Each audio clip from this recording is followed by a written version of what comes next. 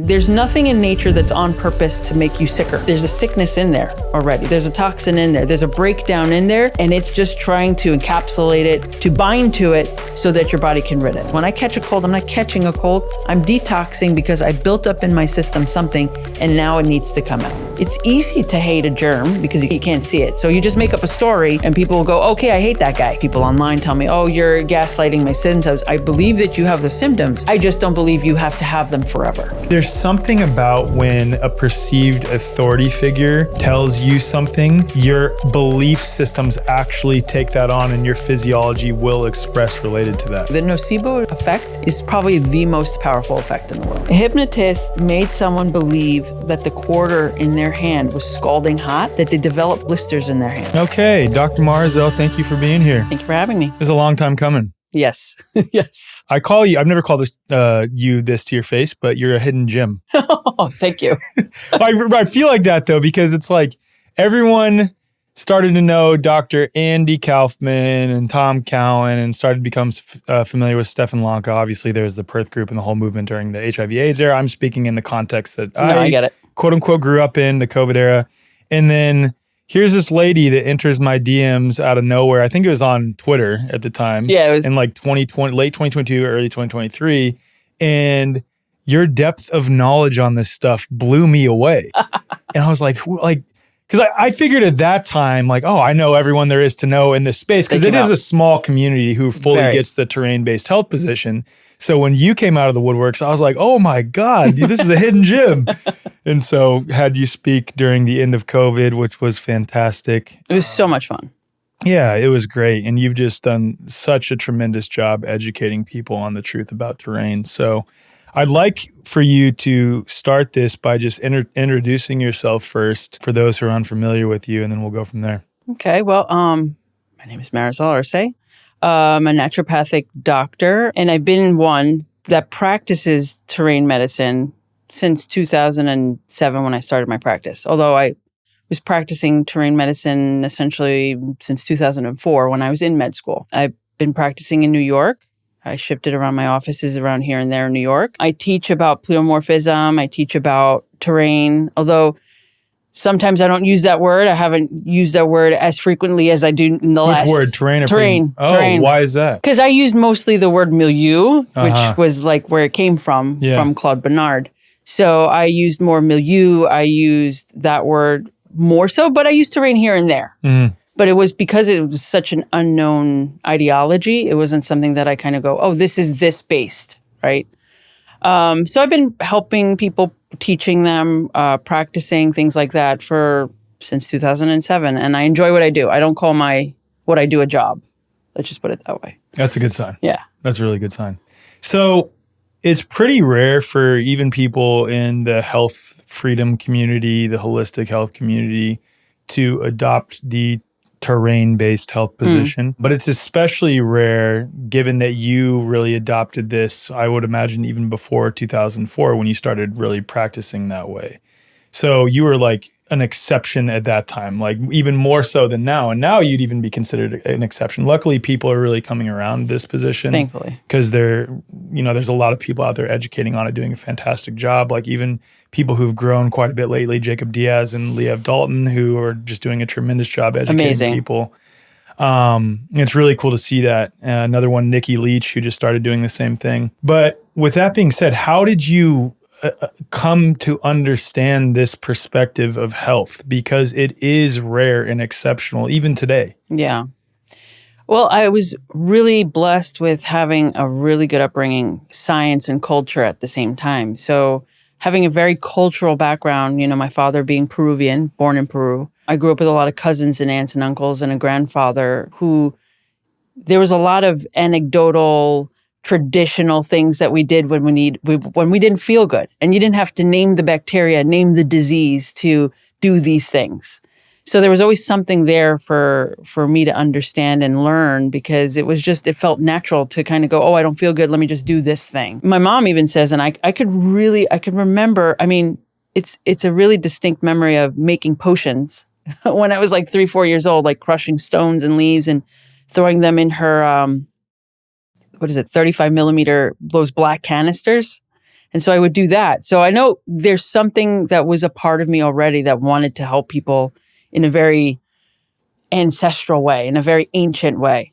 So having that, then having the cultural background, and then my mom being an electron microscopist, I have the science. So she was already digging in deep to kind of see what was going on. And then lo and behold, being that she's a biologist, hematologist, and then doing the electron microscope, she started to understand that, it's fun to look at the electron microscope, but it's not going to help you define and understand biology. Had she come across any of like Harold Hillman's work, or what gave her the impetus to understand that there's a lot of misconceptions around electron microscopy? Because most people in any field of biology take electron micrograph images to represent what's actually going on at a cellular and subcellular level. She didn't know Harold Hillman, but where she worked at the time and when she worked at the time, there was a lot of questioning about what you were seeing. Mm-hmm. So for her, it wasn't this finite thing when she saw micrographs, when she took cultures and she saw it in the electron microscope. She didn't come to that consensus conclusion that this was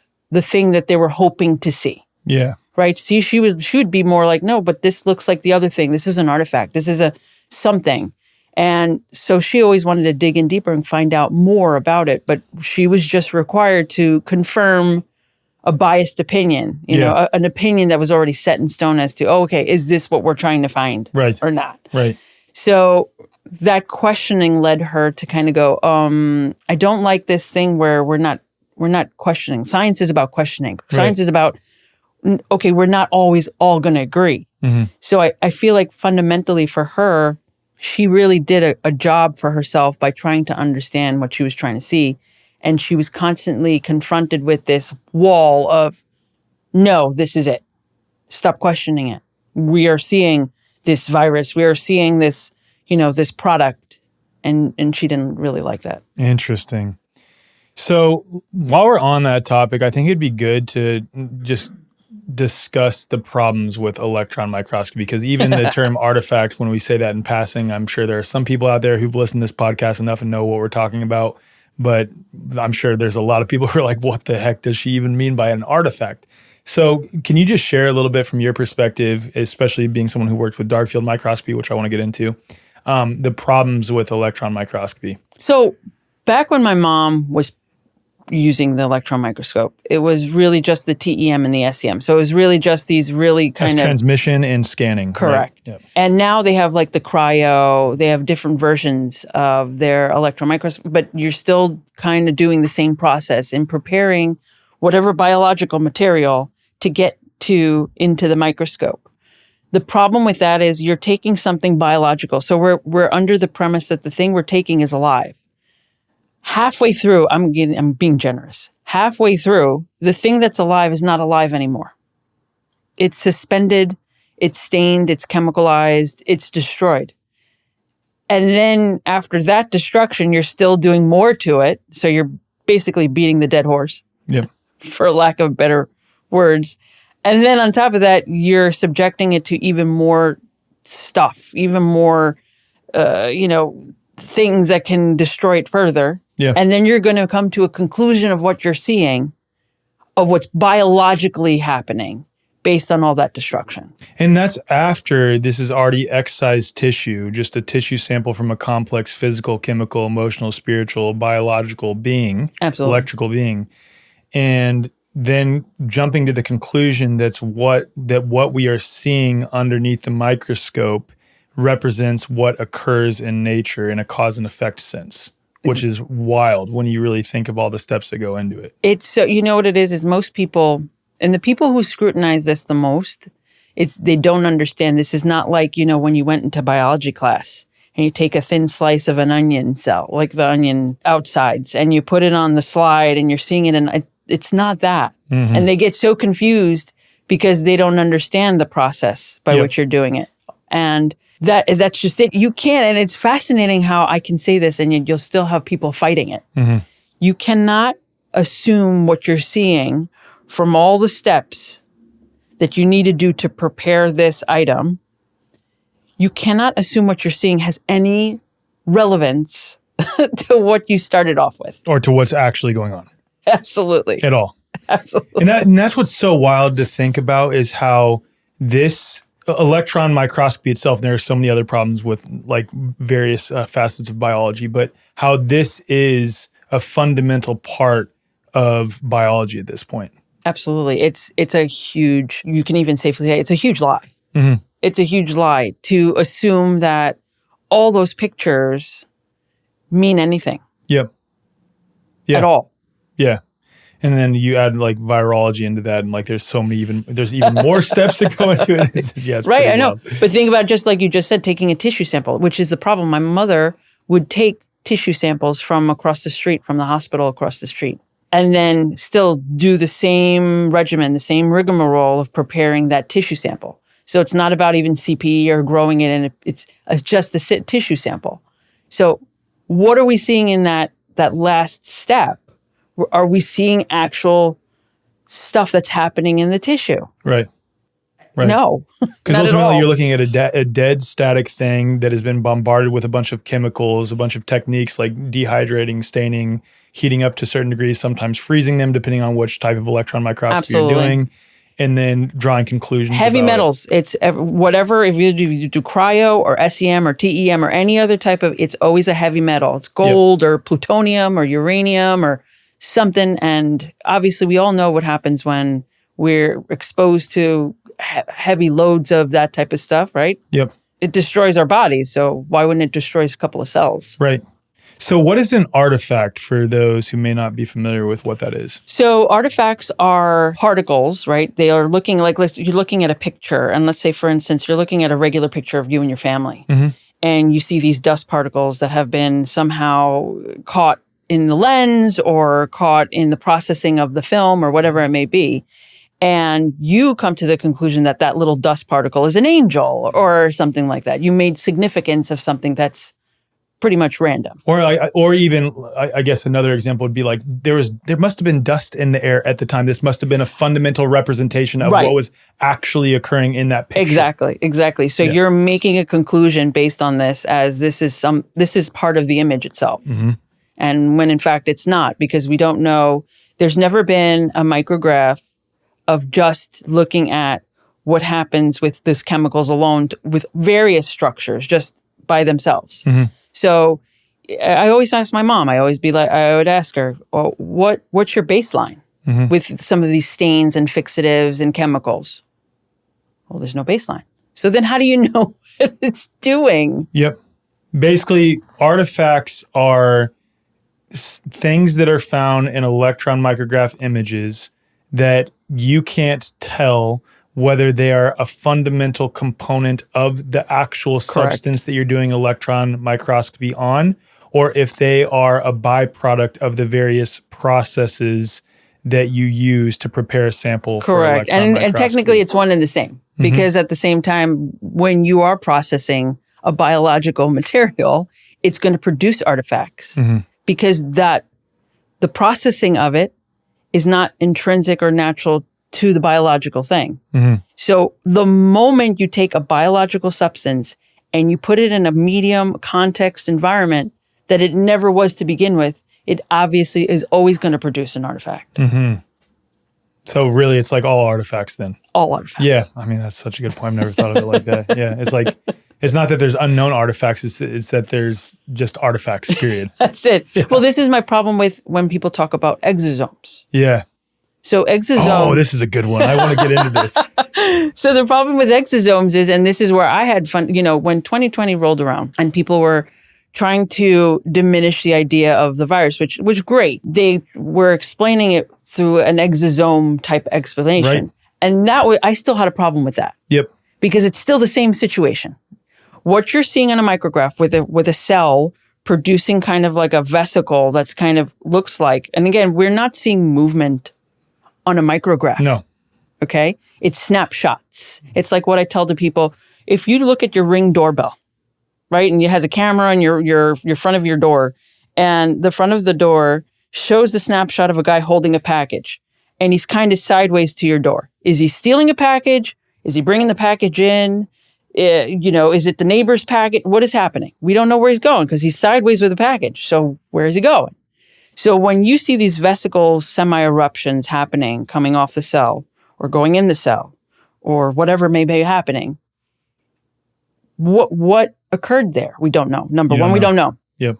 Number two, to claim that occurs again in the body, you are now nullifying all the steps it took to get that biological material to the picture. Totally.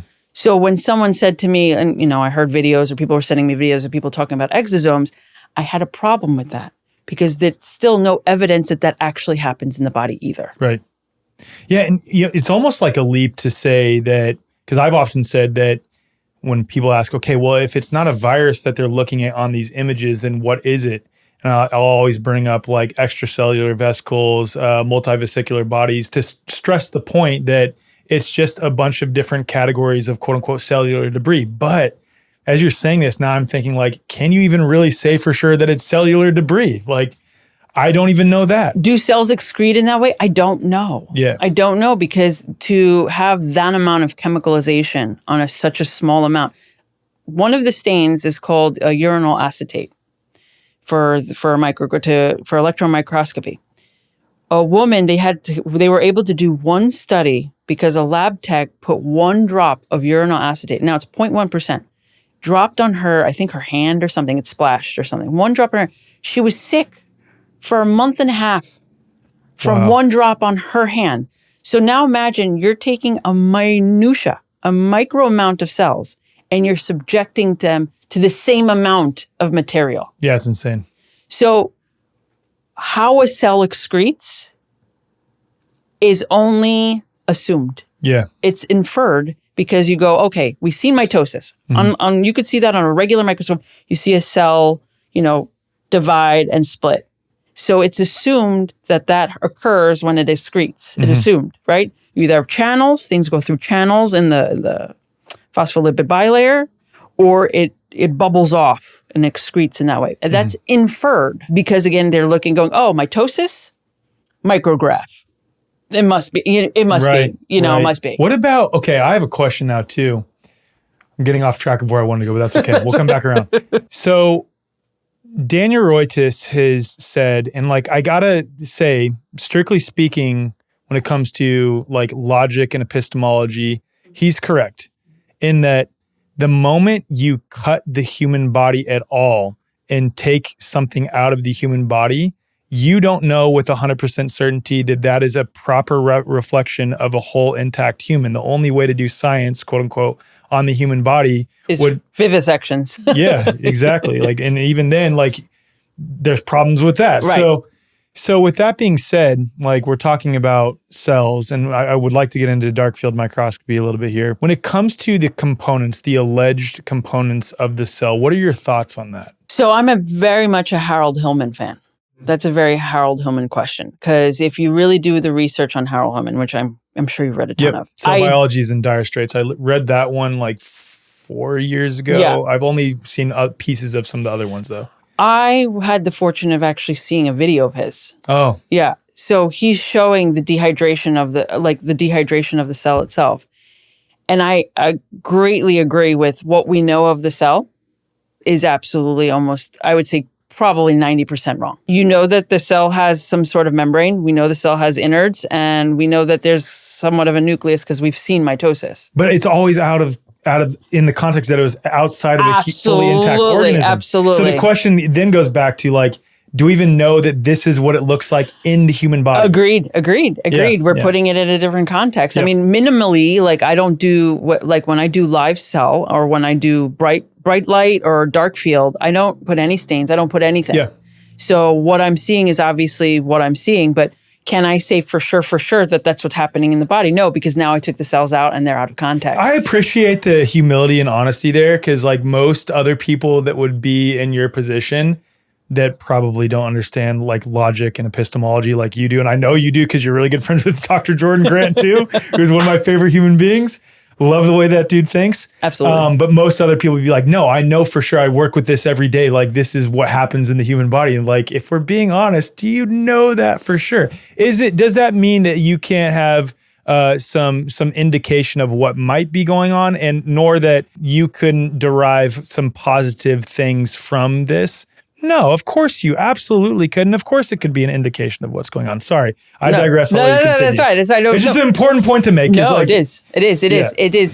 I utilize it, and I tell everybody, I always utilize it as pattern seeking, right? I'm not inferring anything. What I'm doing is I'm saying, when I see this and a person presents with this, I know that there's some sort of correlation. That's it. Yep. I take it just on a that. relationship. Right. Yep. That's it. And when it's possible relationship. When there's a consistency, when you see a multitude of people over the course of 20 years, and you see these consistent patterns and you see these consistent behaviors when you're looking at the microscope versus the person in front of you, you start to go, okay, I'm seeing this pattern repetitively. Although, again, I always tell everybody, bell curve, because there's always outliers. Right. So I always take that into account too. So when I'm seeing patterns, doesn't mean this is for sure either. I always go, this is for a vast majority of people, but there's going to be a group of people that are over here and a group of people that are over here. So for me, it's all about patterns. It's all about how I can help a person, or what I learn, what I glean from this information, how can that be helpful for somebody else? Totally makes sense. But I'm never going to be like, I know exactly how that functions. Never. I appreciate that. I really appreciate that. Let's go back to the cell thing, because I got us off track. But so you agree with Harold Hillman's assessment on the components of the cell all mostly being artifacts, like the alleged components that were taught in school, like those images. I think it's so funny. I want to say about 1.5 2 years ago, some like quote unquote science magazine put out something about like the most detailed image of a human cell ever. Sure. And you look at it and it's all computer generated, and you just see in the comments that people are like, wow, this is incredible. I'm like, dude, no, we have no clue what's going on. My husband, being a computer guy, he's very much a computer guy. He knows all about he's a graphics heavy type of person. And he was always the one that really kind of made sure, because I understood electron microscopy the way my mom did, and where it wasn't hugely computer heavy. But then later on, as time passed, there's more algorithms, there's more computer stuff, and then they're starting to come with these 3D models and things like that. So I would have discussions with my husband about algorithms, and he would always say, yeah, but these are human algorithms, right? So they can only comprehend what they understand and then put that in the algorithm. So the algorithm is within a confined idea of what you can view or even fathom. Yep. So he goes, if you get the string theory of algorithms, maybe you can encompass everything in life and what it means. He goes, but what we see on a computer generated image is only within the confines of an algorithm that someone can comprehend. Yeah, that makes sense. That's it. That makes sense. So for me, yeah, absolutely. Whenever I see images of anything, I'm always like, oh, a computer made that. So based on what you have witnessed yourself, what do we know about the quote unquote cell? That we have them. That we have them. That's it. Well, okay, here's a question. Because a lot of people in the circadian biology space that do a lot of great work, by the way, I don't want to negate any of the work that they've done. A lot of my friends speak about mitochondria, and I admittedly have not done enough looking into whether mitochondria has even been confirmed in vitro at all. But I would love to know your thoughts on the idea of a mitochondria. So if we were to go back to my knowledge of I can recite you the electron transport chain and the Krebs cycle, and how you need B vitamins and FADH and NAD. I could do the whole thing. I really can. But when you start to go, okay, let's set this aside. Let's set the models and the math aside, and we go, okay, is there a mitochondria in the cell? First of all, can I see it in a light microscope? No, I can't. Which means the idea of it has come from an electron microscope. Okay, so that already makes me question its existence altogether. So pretend at least they find something. But now they say this is what occurs in a mitochondria. This is what a mitochondria produces. This is what, happens. You get it from your mother. Like all this stuff. I'm like, where are we getting all this information? Mm-hmm. Like who has the book? I need that book, and where they found it, and how they validated it. Exactly. So if you can't show me how you know that information, it's not information for me. Right. It's hearsay.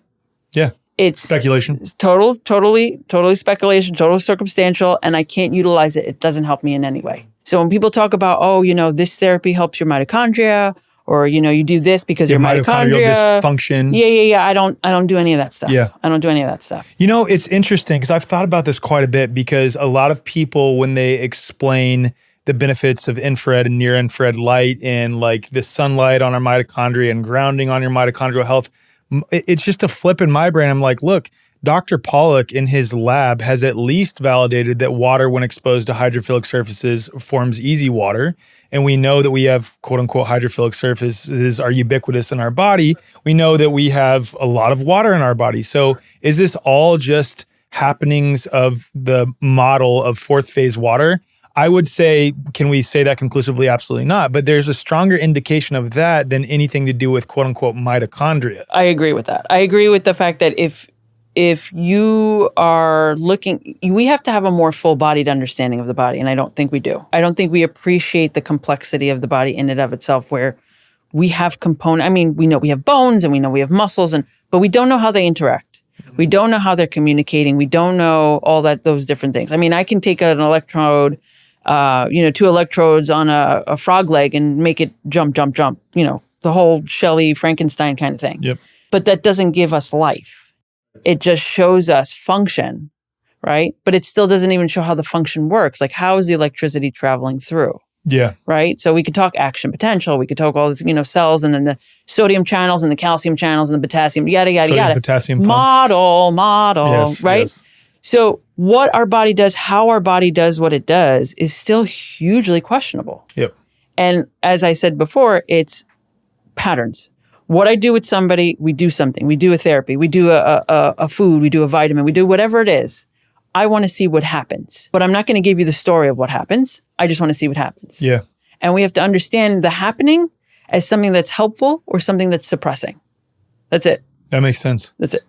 Yeah, so it's more like, rather than trying to assert what the cause is, you just look at a pattern. We just notice, just observe what is happening. Science, that's what science is. Observation. Yeah. And we've lost all that. Yeah. Because we start going, we see something, we stop the observation because now we have to figure out why it's happening. Yeah. Then you lose all observation because the little detail. You come up with stories. Exactly. The little detail of observation that might be passing, that just happened in a blink of an eye, you're thinking about, oh wait, what channel do you think the potassium and what form of potassium? You're doing all that and you're losing observation skills. There's a form of, I hesitate to say science, but there's a form of empiricism that exists outside the scientific method, because I know you're probably on the same page on this.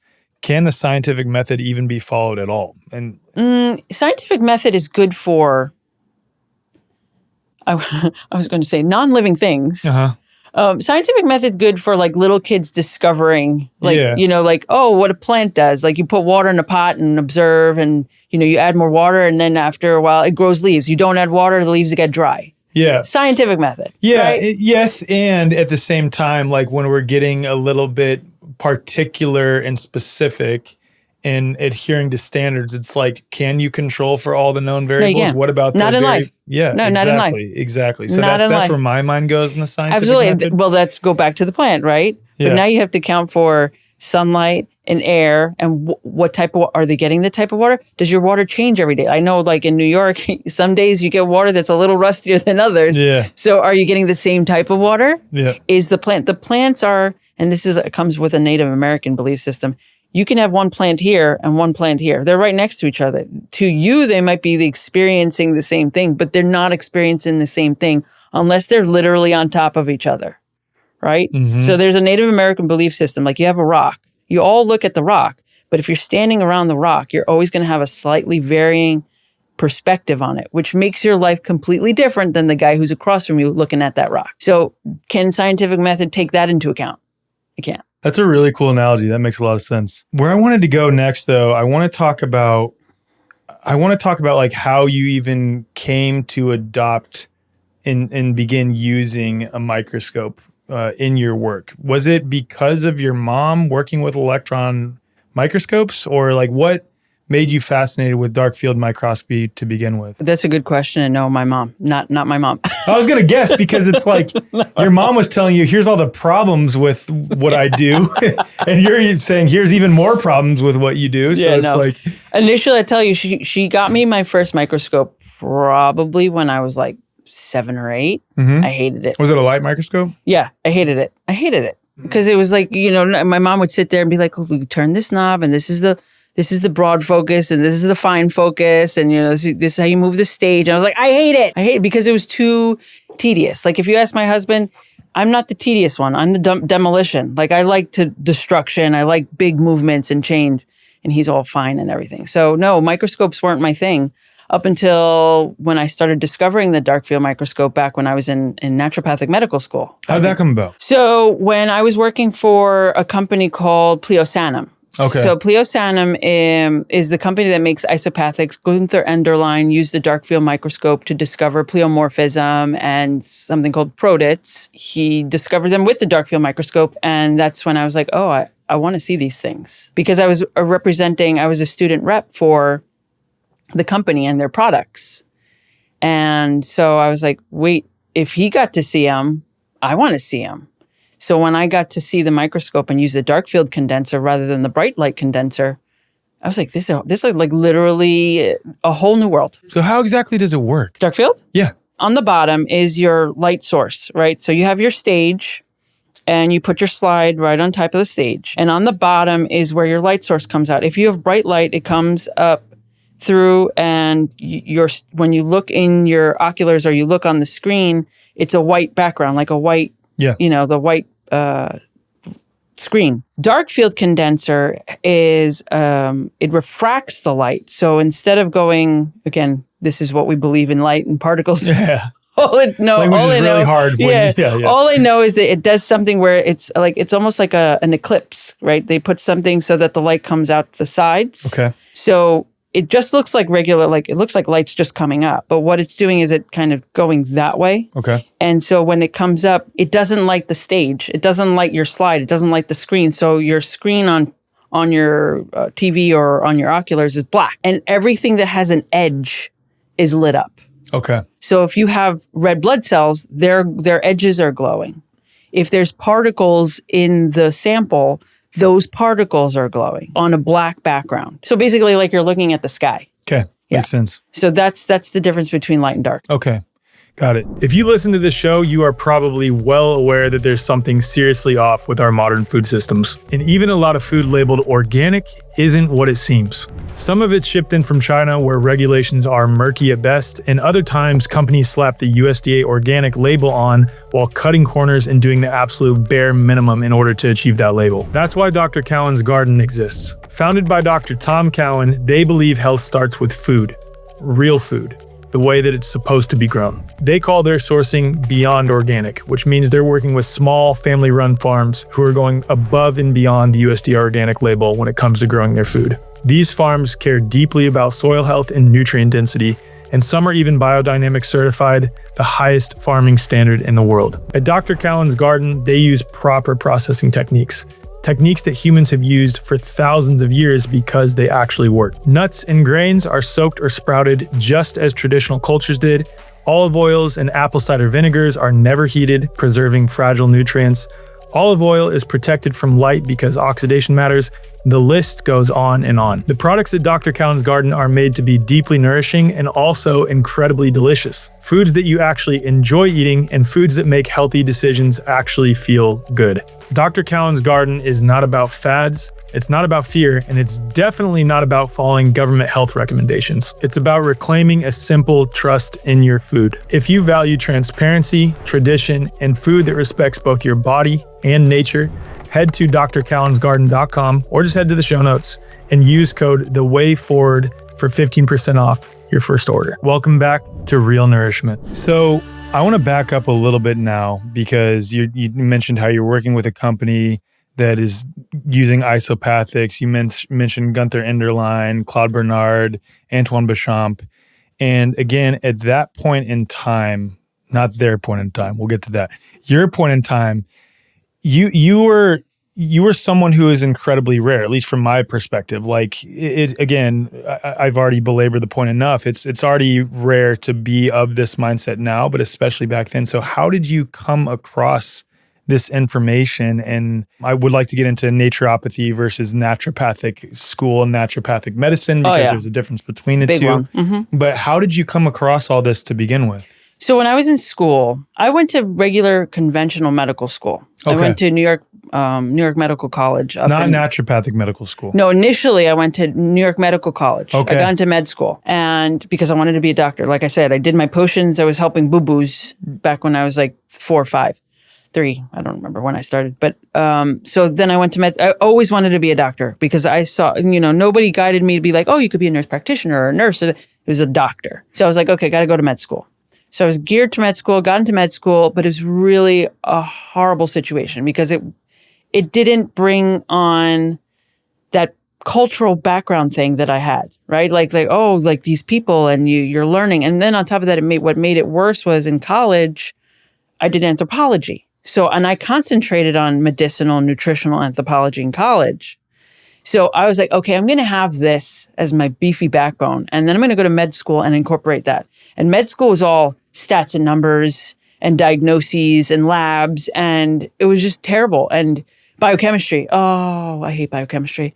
I mean, the textbook was like this. It was a binder, like this. It's all nonsense. Oh, it was terrible. It was just like, it was like literally doing organic chem and calculus at the same time. It was just terrible. Ugh.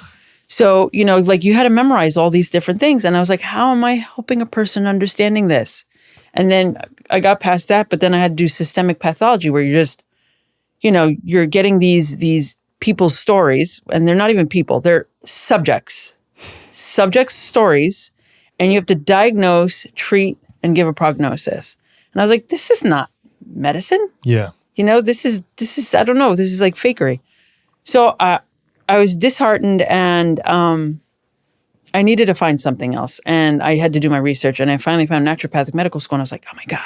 Look, I looked at the curriculum, and there was massage and botanical medicine. I was like, oh my God, this is it. So I go to University of Bridgeport, naturopathic medical college. And I get there, and I'm enthusiastic. This is it. This is where I'm supposed to be. And it's honestly SSDD. Same crap, different day. It's the same, you have to diagnose, and we're looking at all the different and systemic pathology, et cetera, et cetera. But at least I got some of the other influences, like the botanical medicine and the Chinese medicine and stuff like that. So I had to make it my own, but it didn't feel right.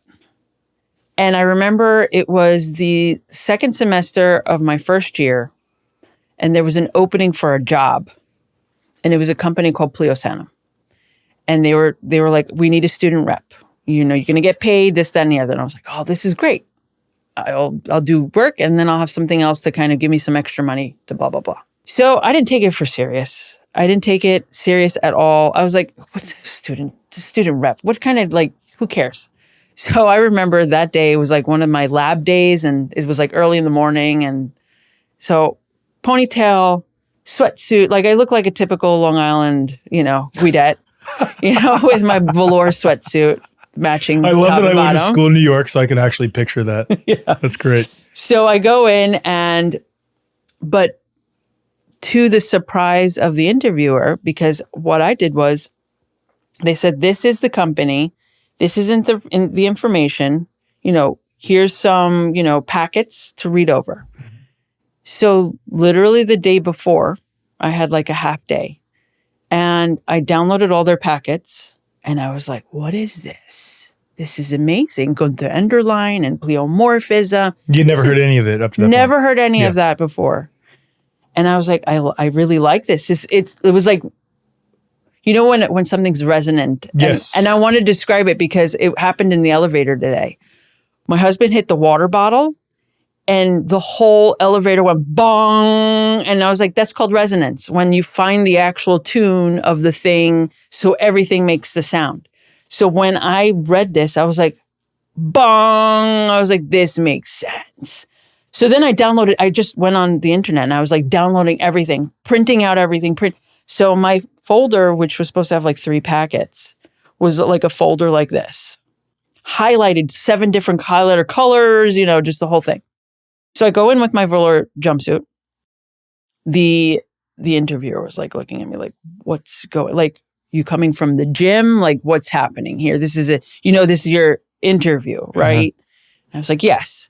And then I sat across from, just like I'm sitting across from you, there's a table between us, and I slam like my big fat folder, and he's looking at me like, what's that? So I opened it up, and he sees the packets, and they're all all highlights, and he sees me. I printed out, there was a picture of Gunther Enderlein on one of the packets, which is not one of the packets he told me to read. And he's like looking at it. And so he starts asking me questions. And then after 50 minutes, we just start talking about random things. Like I talked about how I was an EMT and he was a forest EMT. And we're talking about rock climbing and kayaking because I was very outdoorsy at the time and so was he. And we're just talking. And it was like 45 minutes. I'm looking at my watch going, we're not talking anything about I guess I didn't get the job. So I was like, oh, okay. And he's just being super friendly. So I was like, okay, so I got to go to class in like 15 minutes. He's like, okay, you got the job. I go, I have to get the job. What? He's like, yeah. He's like, first of all, you came in overly prepared, despite the fact that you look like what you look like. But he's like, you're overly prepared and it looks like you're really interested. And some of the questions most people wouldn't have understood, which means that you really dug into the material. You get it. Yeah. Yeah. And I was like, oh, this stuff? I goes, there's more?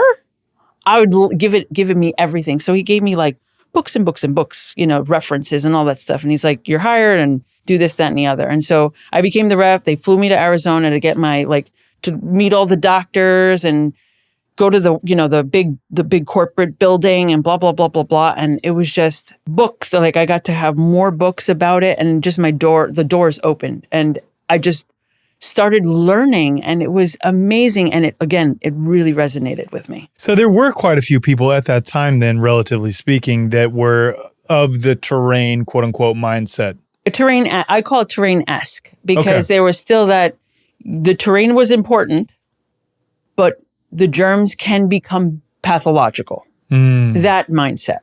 How did you move from that to the germs aren't even pathological? So being that my background is naturopathy, I am an antiquarian. So when I learn something, I obsess over it. And so what I do is I research the basis of naturopathy. I understood who Benedict Lust was and where he came from in Germany and the nature cure and the water cure and, all the people that worked with him, like Adolf Just and Louis Kuhne and like the hygienist movement and the Christian Scientist movement and all that stuff. And so and the chiropractic movement started off the same way. They all didn't believe that germs were the cause. So I was like, wait a second here. We've got the pleomorphism, but we're missing something. If there's pleomorphism and it's based on adaptation, then they're adapting to a hostile environment. That doesn't make them hostile. That just makes them more adapted to the hostile environment. So when I started looking at it more like a little bit more like a Lamarck viewpoint rather than an evolutionary kind of thing, then it all made sense that germs weren't the problem. It really was the terrain itself. Okay. That makes a lot of sense.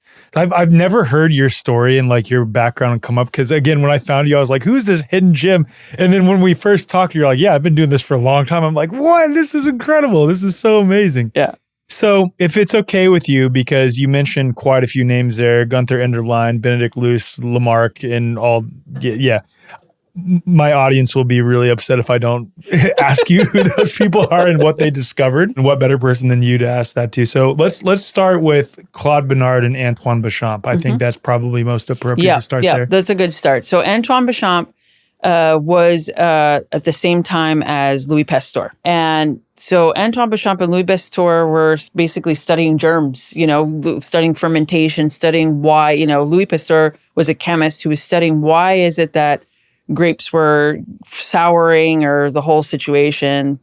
And he was trying to discover why, what was causing that. Something from the air was causing this type of problem.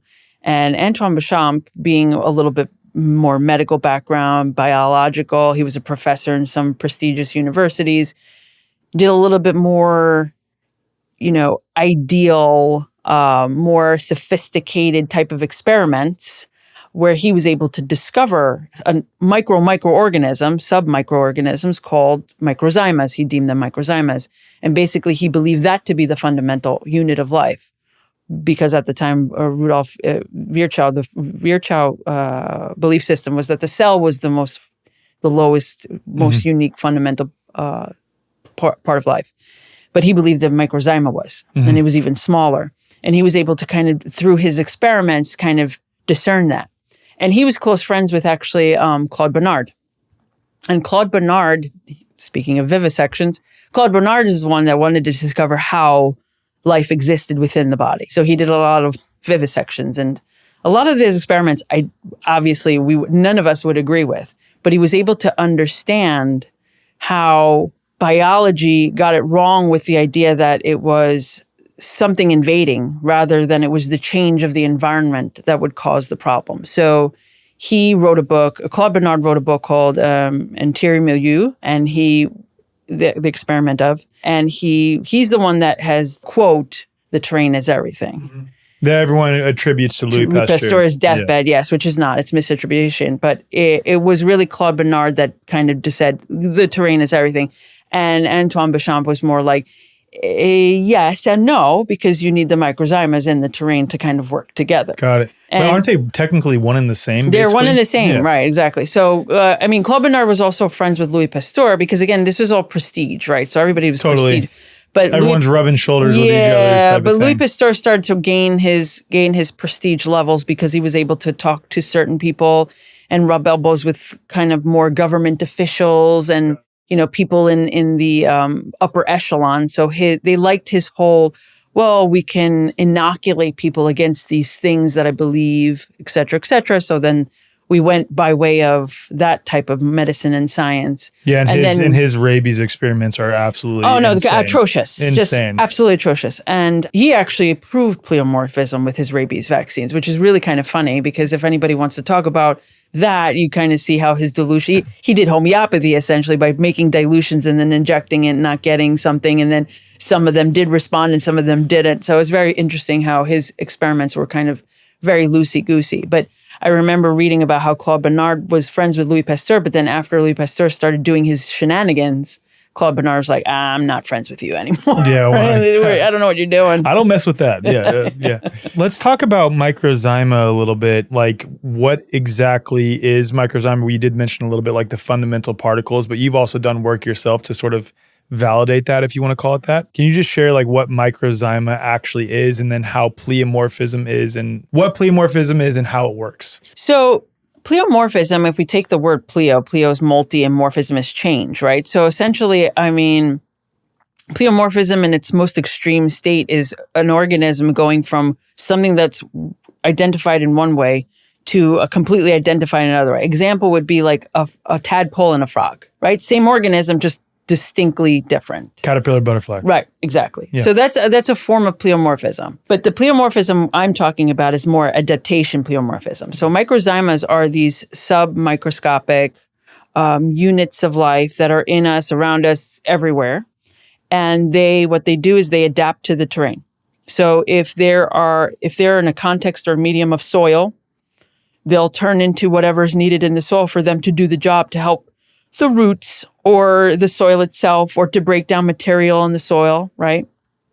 In our bodies, they're changing form constantly into the bacteria and the fungus that we need in order to digest our food, help heal or break down things in our body. So in various contexts, they change forms with whatever. So what we know as bacteria, fungus, etc., are not separate organisms.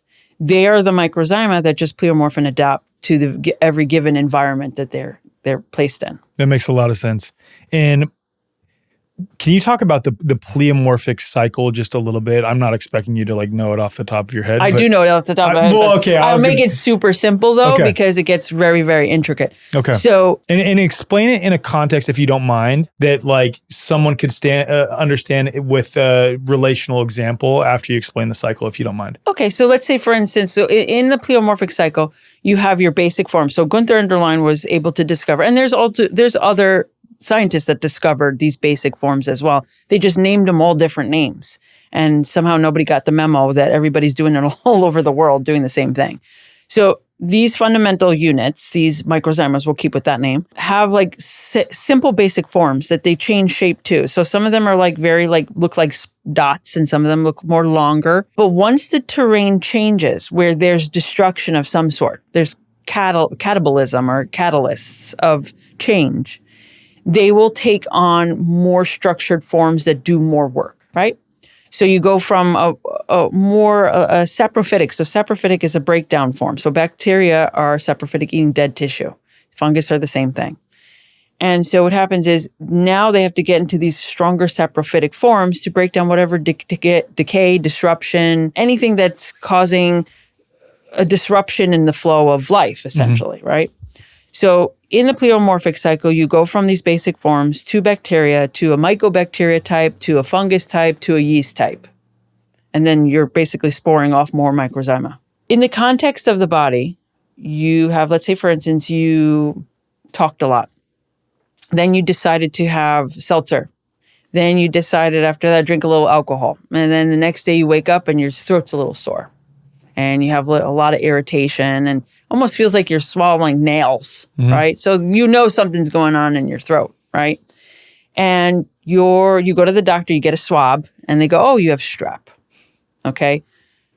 Your microzyma decided to change over to the organism necessary to rebuild that tissue in the back of your throat. And it's specific to the back of your throat.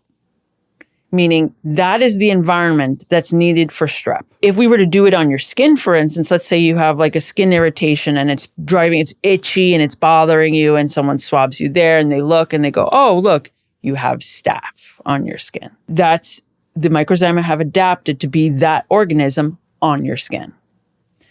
Now, someone could say, wait, but those are two different organisms. Well, there's many scientists, especially there was one specifically in the Mayo Clinic that was actually able to show, take a strep bacteria, put it in a petri dish that staph's grown, turned all the strep into staph, and then did it back and forth 1,000 times, where he took the staph and then put it back in a strep petri dish, turned them all to strep, and did it back and forth, back and forth. So it's all about adaptation to the environment to do the job. And in those examples, I would imagine, and correct me if I'm wrong, please, is it's not that the staph, when put in the strep culture, is turning back into strep just because the other ones are strep. It's because it's an empty petri dish. Yeah, it was an empty petri dish. It's because of the environment, correct, the pH, the temperature, whatever it is, correct, that is the correct environment for that type of bacteria to proliferate. Correct. So because of the pleomorphic cycle, that type of bacteria is going to change because it's in a new environment. Correct. Exactly. You would do the same thing if you wanted to do it and put something in dirt. So if you take staph and you put it in dirt, eventually you'll get a dirt bacteria. All these different bacteria are just there. They're signals to something that's needed, some process that's needed to heal in some way. So that when you start understanding that, that's truly terrain. To understand that the bacteria are signalers of some sort of destruction that has occurred. Help the destruction, remove the thing that caused the destruction, and just like rats in an alleyway, they disappear. Take the trash out, rats go away. Yeah. It's so difficult because a lot of people throw around the term terrain, and some of them are like, yeah, well, if you have a healthy terrain, viruses won't invade or bacteria won't invade. Some take a step above that, acknowledge that viruses have never been demonstrated to exist, but those bacteria and fungi will get you. Some have taken it a step above that, like, okay, yeah, bacteria is helpful for us, but ultimately, like, I got mold illness and mold is incredibly toxic for me, or some other fungal infection or anything like that. But I just love to hear your thoughts on that first, and then we'll continue. Well, it's very interesting because the whole mold thing drives me insane, only because when you understand the two basic remedies that Gunther Enderlein made, they're made of those particular molds that are considered toxic. So Aspergillus niger, black mold, is Aspergillus niger.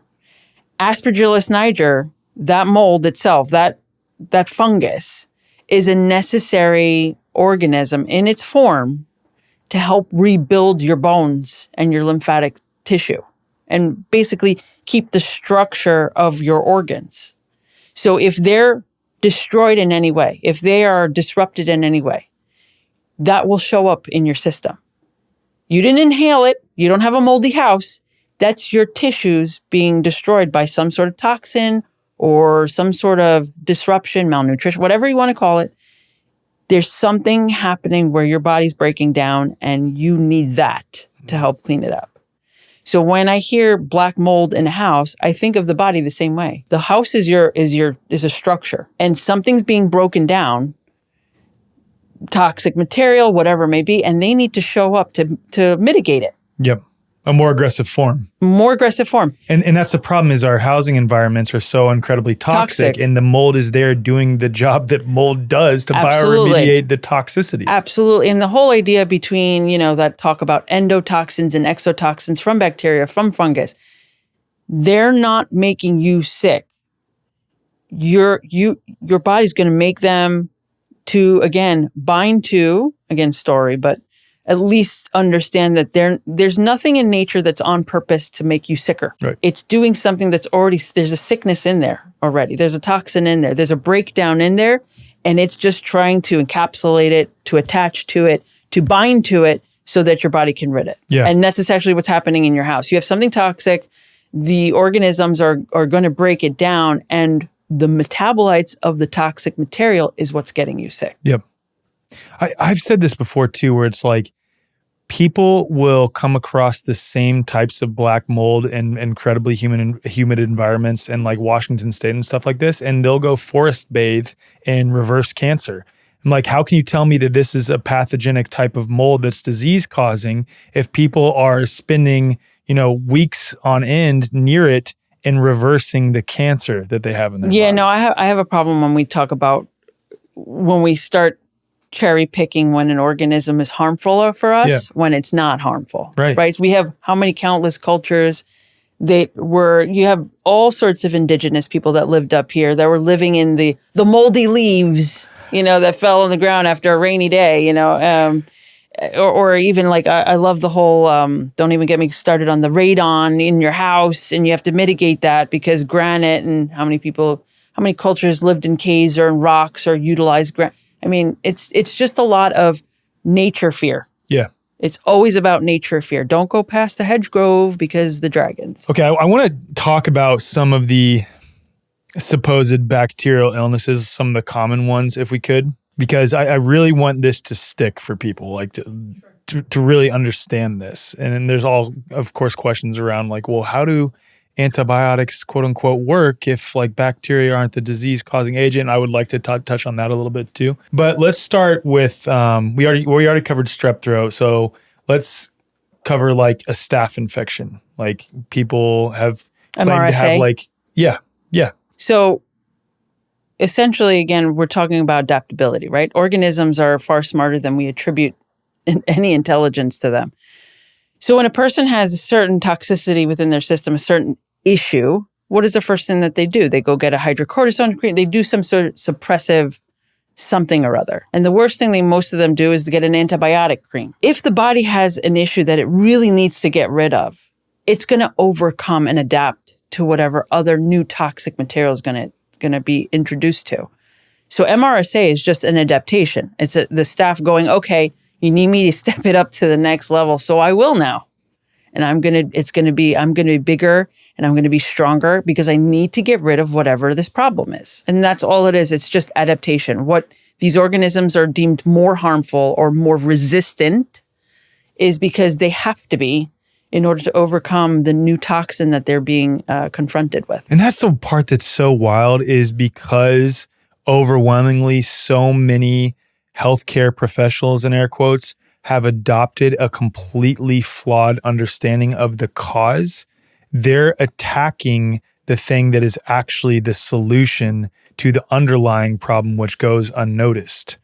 It's like, it's just so wild to think about it like that. Like they see the bacteria at the site or the fungus at the site, so they assume, oh, this must be the cause, so we need to do whatever we can to eliminate that, not knowing that they're just pushing toxicity deeper into the tissue. Absolutely. And they're eliminating the thing that was there to clean up the toxicity.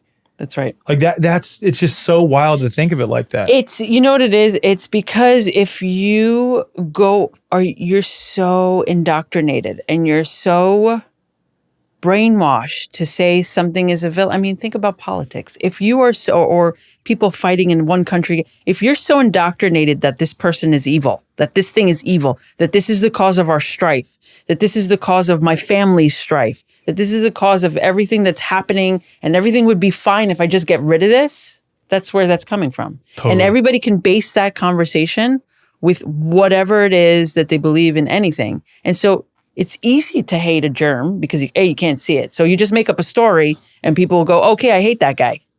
Like the devil. Mm-hmm. I don't see him. I've never seen him, but I hate him. I'd love to hear your thoughts on, we don't even need to get into the other bacterial illnesses because it's all going to be the same thing. It is. It's that it proliferates in that form because of the pH of the environment, because of the whatever. Right. And no matter what case, even in the worst case possible. Yeah. Right. Think of I guess gangrene and sepsis would be good to get into. The worst case possible.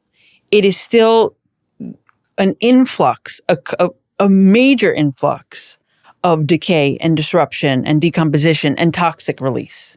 So much so. And you have to ask the question, and I always tell people, you have to ask the question, why? So why is it overwhelming the system? Because the system isn't eliminating, releasing as fast as the breakdown of those tissues. So if you understand that, then you know that the toxic material needs to be broken down. And so you're going to have more guys cleaning up to try to get rid of that toxic material, that breakdown. But if there's no movement, if there's no flow, if there's no elimination to keep up with that, you're going to have a buildup. And then there's not going to be air. There's not going to be blood flow. There's not going to be lymphatic flow. There's not going to be nurturing, nourishing material going to repair the tissue that now is eliminated and damaged. So you'll have gangrene. You'll have sepsis because there's no way to, where's the garbage going to go? It's just going to build up in your house. And that's what that really is. Yeah, that's all. Okay. So when people say, well, how do you explain how antibiotics work? Like, look, I had this skin rash that just wouldn't go away. I put some antibiotic cream on it and it went away and now I feel way better. Maybe that's a poor example, but like... No, that's a great example because I do the hokey pokey and my rash goes away too. Mm-hmm. That's a circular argument. Yeah. We both know what that means. Is that what you prescribe for people? The hokey Absolutely. Circle, circle, dot, dot. Now I got the cootie shot. Because the antibiotics work doesn't mean it was the bacteria. The antibiotics work because now the antibiotics are toxic. But back in the day, the first form of antibiotics was actually a fungus. It was penicillin. The penicillium family is a beautiful fungus that I have remedies from the isopathic, from Sanum, from the company. And they use penicillium remedies to help people. So penicillin was actually a really good cleanup.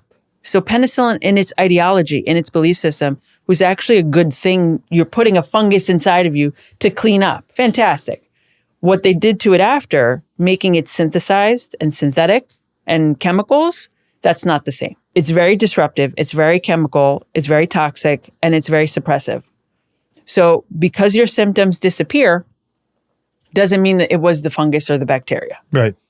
That's it. And would you say that in most cases, what you're doing is just pushing toxicity deeper into the body, or at the very least, eliminating the thing that is helping to get rid of the toxicity? Right. You're also changing the terrain. Yeah. Right? So now the body has to, you're giving it a moment of, because it's not instant. Remember, adaptation isn't an instant thing. Right. So if you're adding something else to the soup, the body has to go, okay, wait, no, hold on. I got to now, your pH has changed. The mineral levels have changed. Blood flow has changed. Things are changing. So now I have to address it. I have to adapt to it. I mean, there's a scientist called Royal Rife, and he, along with Ernst Almquist and Robert Koch, all witnessed infinite changes. You change the pH of minutia, the salinity, the air composition, anything. You will have so many different forms of bacteria and fungus.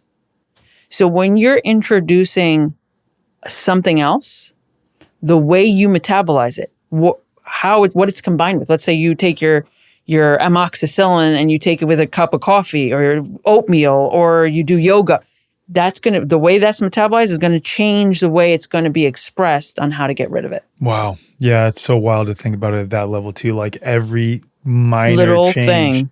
even the mental and emotional state you're in when you're consuming something too. Absolutely. When we don't even know, not even getting to the emotional state, but imagine like when you're stressed out, you breathe different, right? Like how many times I've seen like when my daughter doesn't feel good, her breath changes. You know, it's so funny. That's the first thing I notice when we've had times, Kylie and I, where it's like he's breathing like he does when he is sick. He's probably about to get sick, and then he does. It's so wild to see. But you see, you did the observation thing. You didn't make up the story of like, why? It's observation. But imagine those little changes are going to change the way your microzyma are going to express themselves. And that's where science has lost all hope for me right now because they don't want to look at that. Yeah. And that's big. Yeah, it's huge. Oh, it's huge. So I've thought for a while that, you know, Candida is a big topic of contention, let's say, and it's becoming, how do I put this? Just one of those things that people blame in the holistic health space. It's like everyone blames Epstein-Barr virus, which has never been demonstrated to exist. Everyone blames Lyme. I would like to talk about that a little bit too. Sure. Everyone blames Candida overgrowth in our system. And please correct me if I'm wrong in this or expand upon it if I am correct.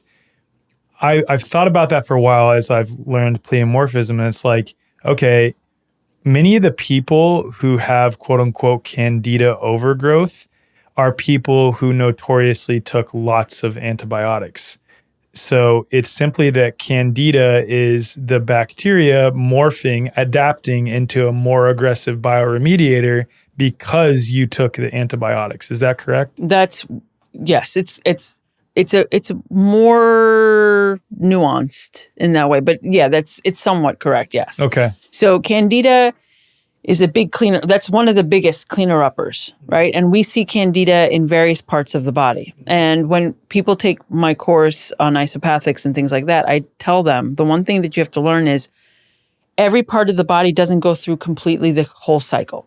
So you're not going to get yeast in the back of your throat. Yeah. Unless you're severely debilitated, which is like when you see someone who has like an alcoholic or someone on heroin, then you'll see things that are completely unique to that situation. Is it primarily based on tissue type? Tissue type, Yep, exactly. Like I call it mini gardens or mini microbiomes. Yep. So every microbiome is going to be different in its way it expresses the cycle. Yep. So Candida is, you'll see in some people, like some locations skip bacteria and just go to like a more like a fungus and then a yeast. So you'll see that, you know, again, unique to every different type of microbiome. But Candida is seen in that situation. So a lot of antibiotics, a lot of toxic input, not allowed. The body wasn't allowed to kind of clean up. It never really got to learn to clean up. So it had to do the biggest cleaner upper of all.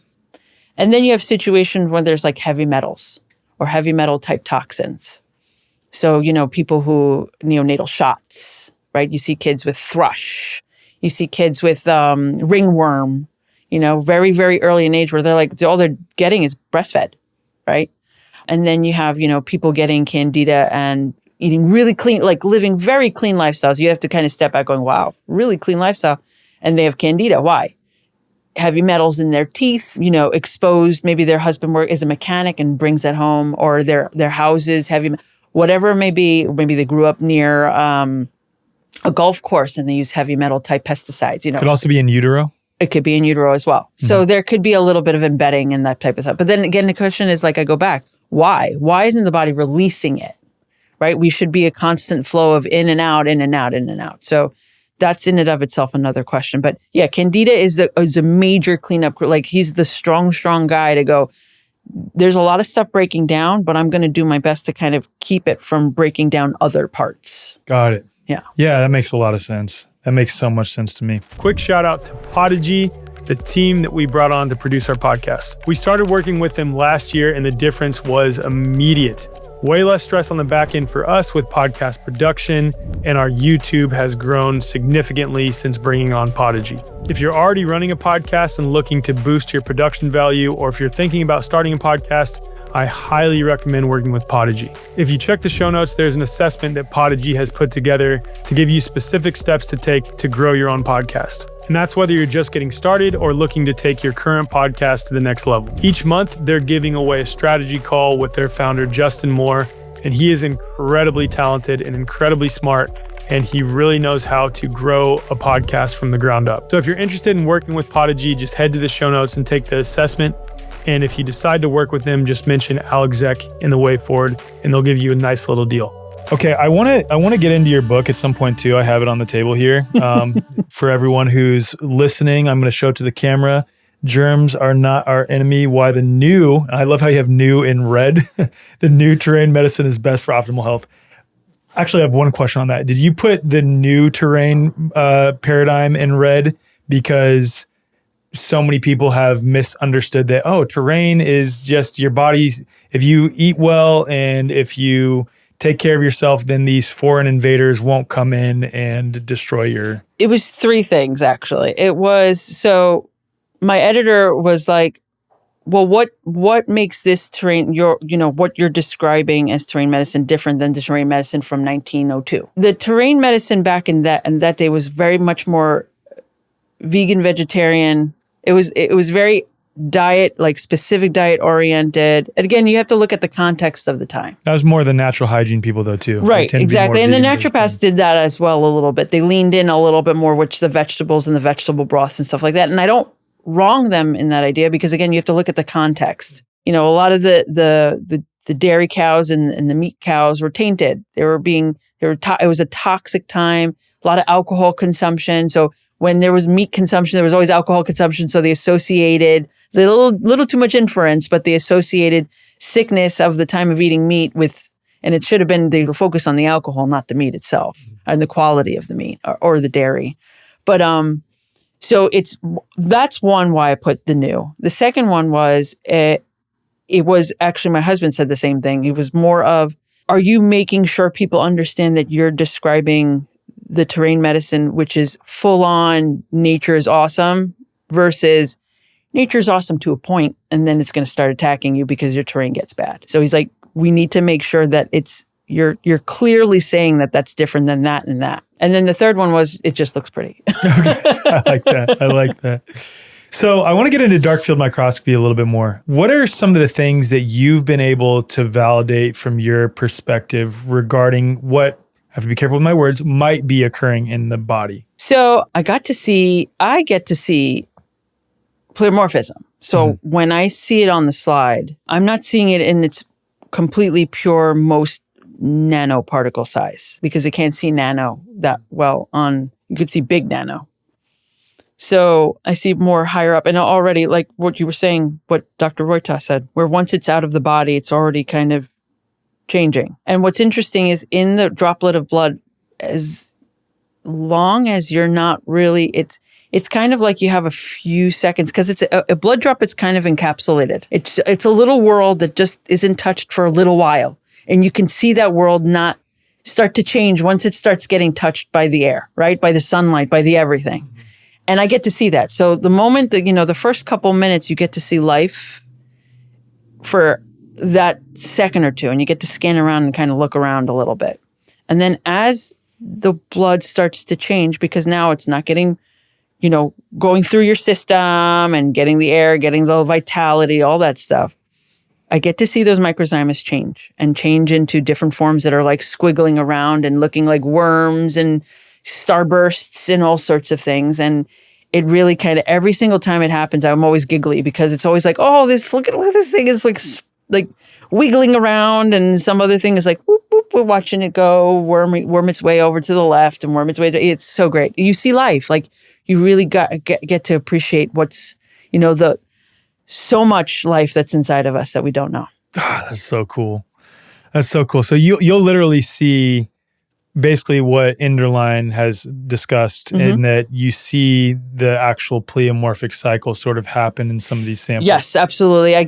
There's sometimes the blood dries too fast to see the entire cycle. Yeah. So what I get to see is like parts of what the cycle is going to go to. And I have an understanding, a discernment that that's where it was going to lead to, especially when you see the edges dry out and it starts to have like a feathery pattern, which is more a certain type of fungus versus kind of more like a stripe pattern, which is more of another fungus, things like that.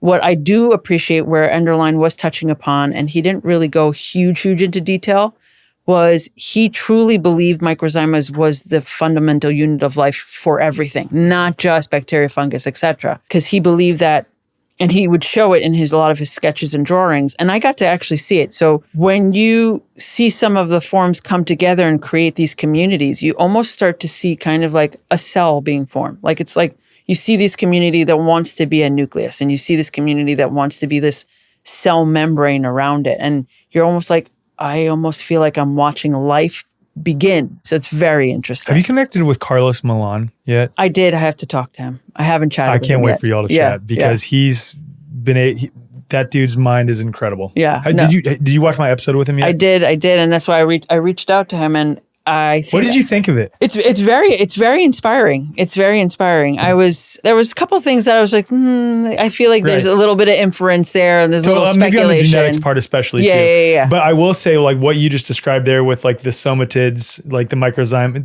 that's the same word. Yeah, right? same word. So somatids, microzyma, like doing that, and it almost looks like it wants to be a cell. Yeah, it sounds pretty similar to what he showed on. Yeah. Well, what's funny is we emailed back and forth, and we have to find a time to chat. Yeah. And some of the people that I said that I've researched and kind of learned some of their work, he didn't even know about. That's cool. So it kind of reinforced that whole thing where I write in my book, and I also know that there's so many practitioners and scientists out there that discover this, make a name for it, and not realize that there's 14 other people that did it already. Yeah. Did you come up with your own name? Precursors. Precursors. Okay. Yeah. Just because it's the precursor to life. Precursor to life. Okay. What, aside from what you've already said, what gives you an indication of that? Like, how did you come to the determination that these must be like the original particles? From watching almost a cell form to understanding that without them, right? Like if we don't have maggots breaking down the deer in the middle of the road, what happens to the deer? It's just going to stay there. Right, which means that they are precursory to the thing needed to break down, which means that is what helps life, right? That's what gives the soil to the plants, and the plants grow, and the animals eat the plants, and et cetera, et cetera. So in an esoteric macrocosm way, they're precursory to everything that exists. Wow. Okay. So it's almost like you could say that these are the original things in which spirit starts to animate through. Right. Exactly. It's like the ashes to ashes, dust to dust for me. Yeah. Right. So because they can't, from, many scientists' understanding, they really can't die. They just go into a dormant, like almost like a sediment phase. Yeah.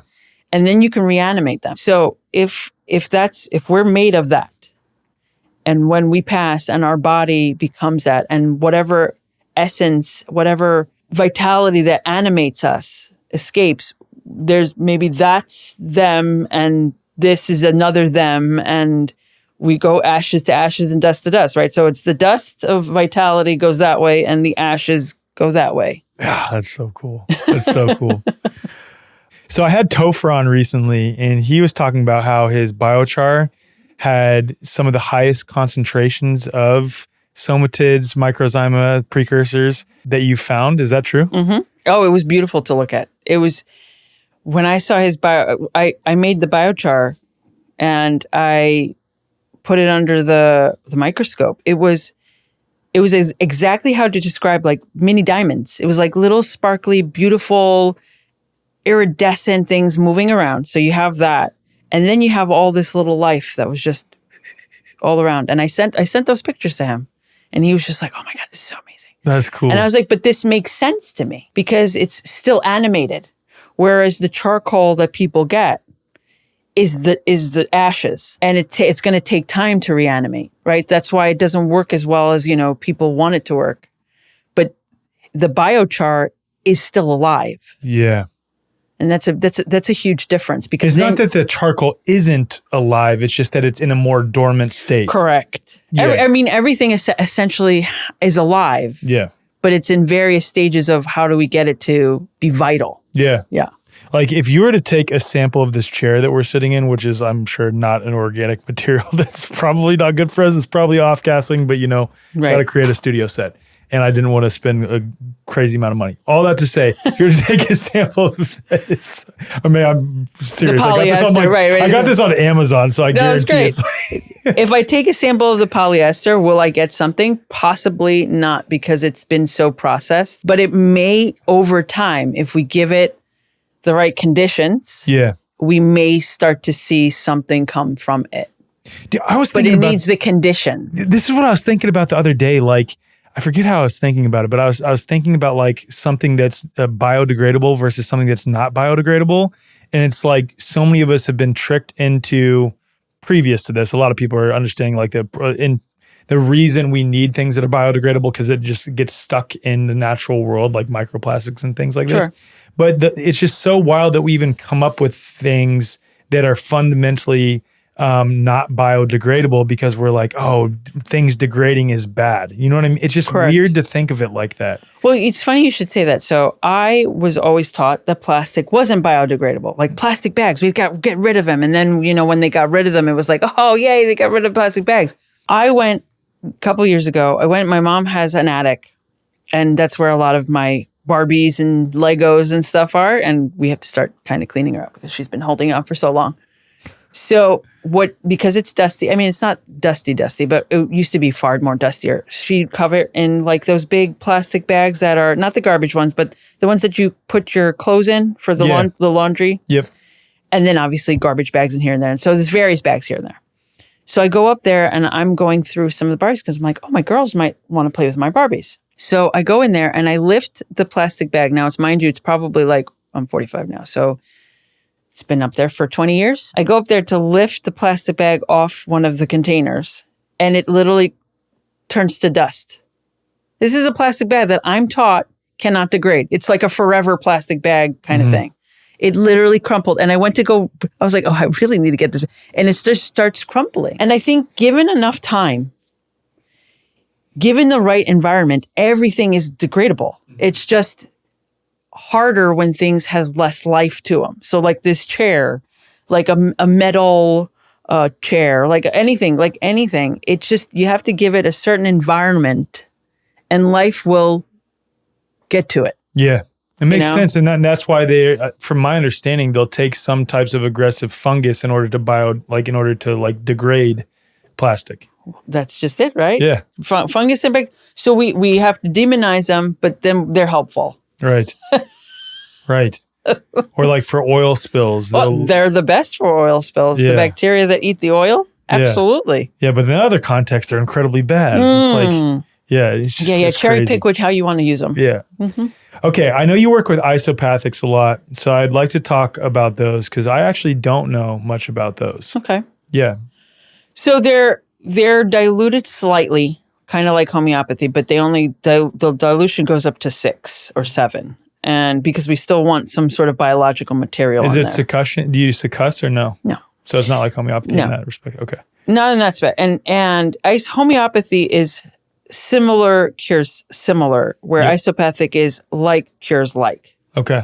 So similar. Really? I've always thought homeopathy was like cures like as well. No, it's similar. Meaning, for instance, you get a snake bite. Yeah.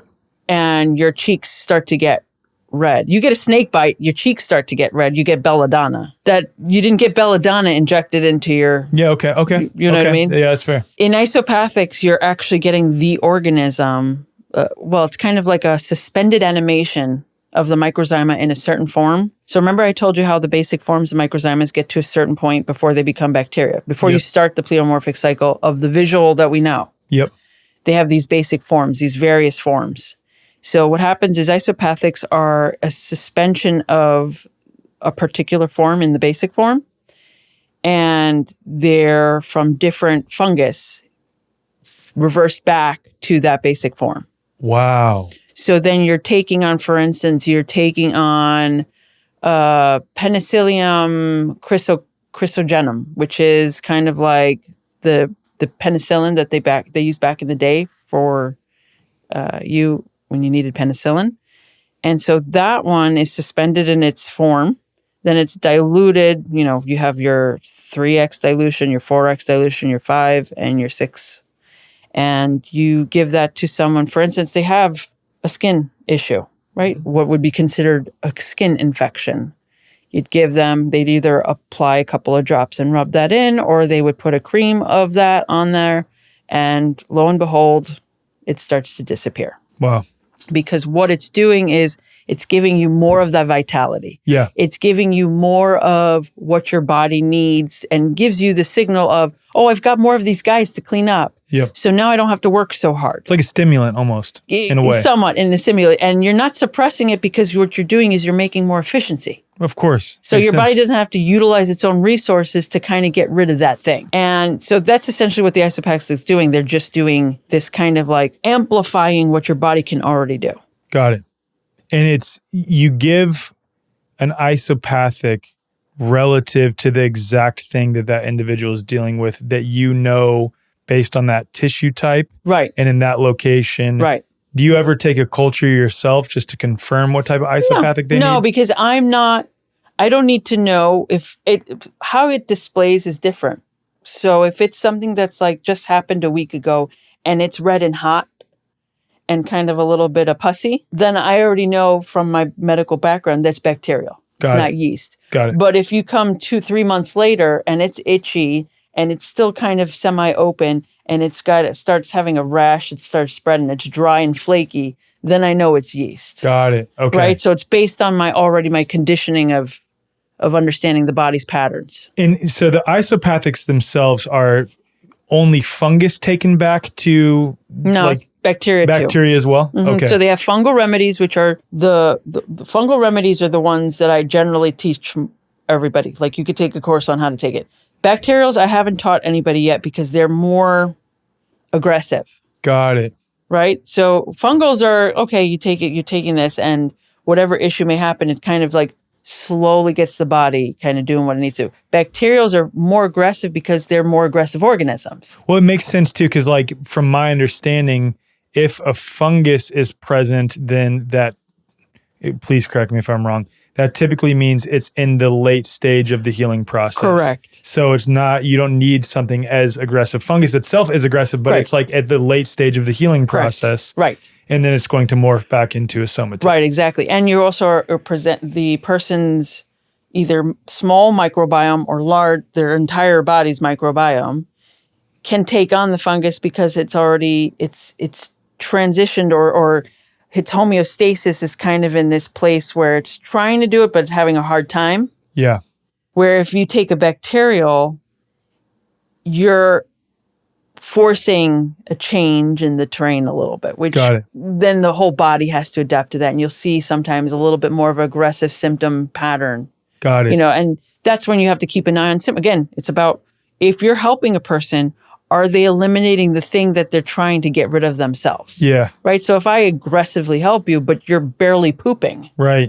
Where is it going to go? It's just going to get recycled back in the system. Yeah, that makes a lot of sense. Right? That totally makes a lot of sense. Yeah. What is the difference then between like a bacterial isopathic and a probiotic? I'm sure you get asked this a lot. So a probiotic, most probiotics on the market are really, really weak, right? So, I mean, the only really living probiotics are like your fermented foods and stuff like that. Right. But again, you're still getting the fungus and bacteria that are intrinsic to that environment. Right. So they're helpful to you, but they're not going to do a job for you. Right. Right. They're not breaking you down. Right. They're breaking the food down. So it's helping you in some cases, especially if it's like a live probiotic like kimchi or something like this, or maybe a kombucha. You're getting the raw materials. Right. You're getting the nutrients. You're getting some of them doing action for you to help you digest your food, which is great. Yeah. And then there's a lot of microzymas in there. So you're getting a flush of vitality as well. But it's not honed in on.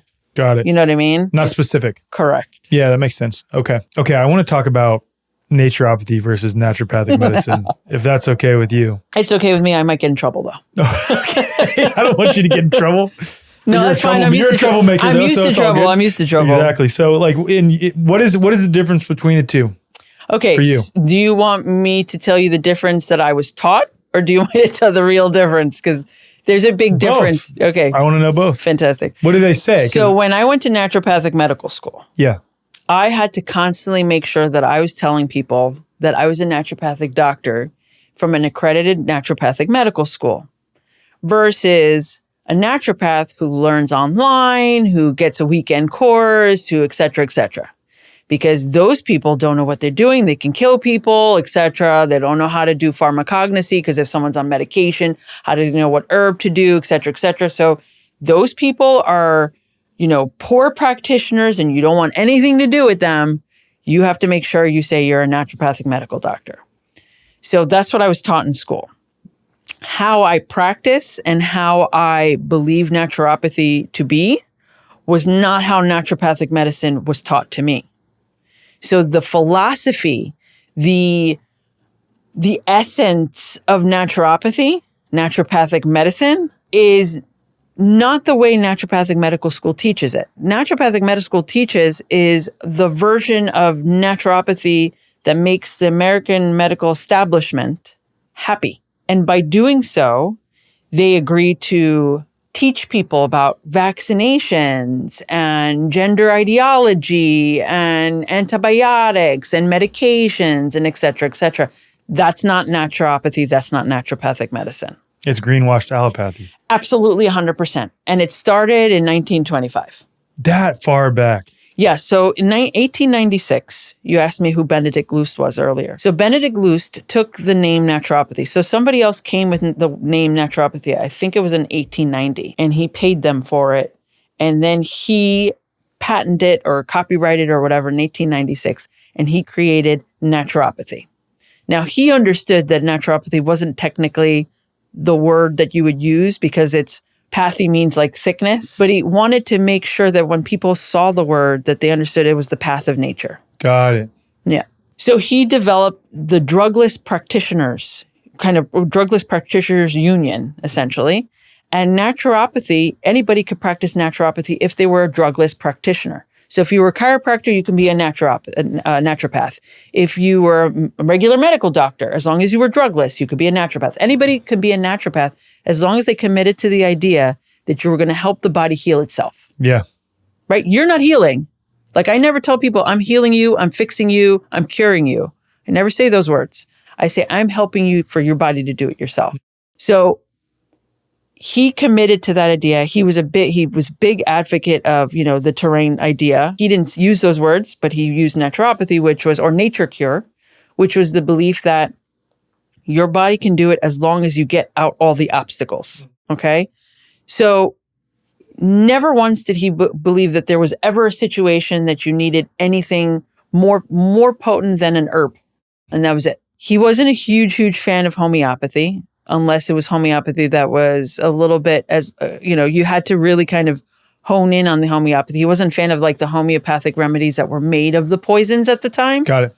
Because again, he was all about like, is it suppressing it? This type of thing. It's a valid question too. It is. I have a great homeopathic doctor friend, which we had hours and hours of discussion, which I don't agree that most people should be doing homeopathy if they don't understand what they're doing. Yeah.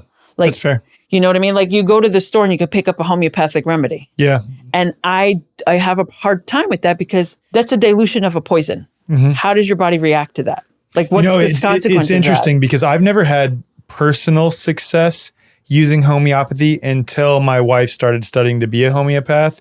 Then now that like I know that she knows homeopathy and I've used it, like different ball game. Oh my God. Like I took these Balnozodes that were like but I feel incredible afterwards. During it was very rough, but like afterwards, it was a healing response. Right. Like, well, it's something, right? So when you have someone who understands it, you have someone who's going to help the body express itself, not suppress. Yes. And not alter. Yeah. That's the other thing is people don't realize that they take a homeopathic remedy for a runny nose and then a week later, their ears congested, not knowing that you just take a remedy that just altered the expression. Yeah. Right? So you have to be very careful. Like if you're going to do homeopathy, I suggest a professional. What was your opinion, just real quick aside, what was your opinion on like miasmatic remedies, like miasms? I think, again, if you have a homeopath who knows exactly what they're doing, and again, it's not about stopping the expression of something. It's about creating the flow. Yeah. Right? Making sure you are the most optimal human being possible, then I'm all for it. Cool. Makes sense. Yeah.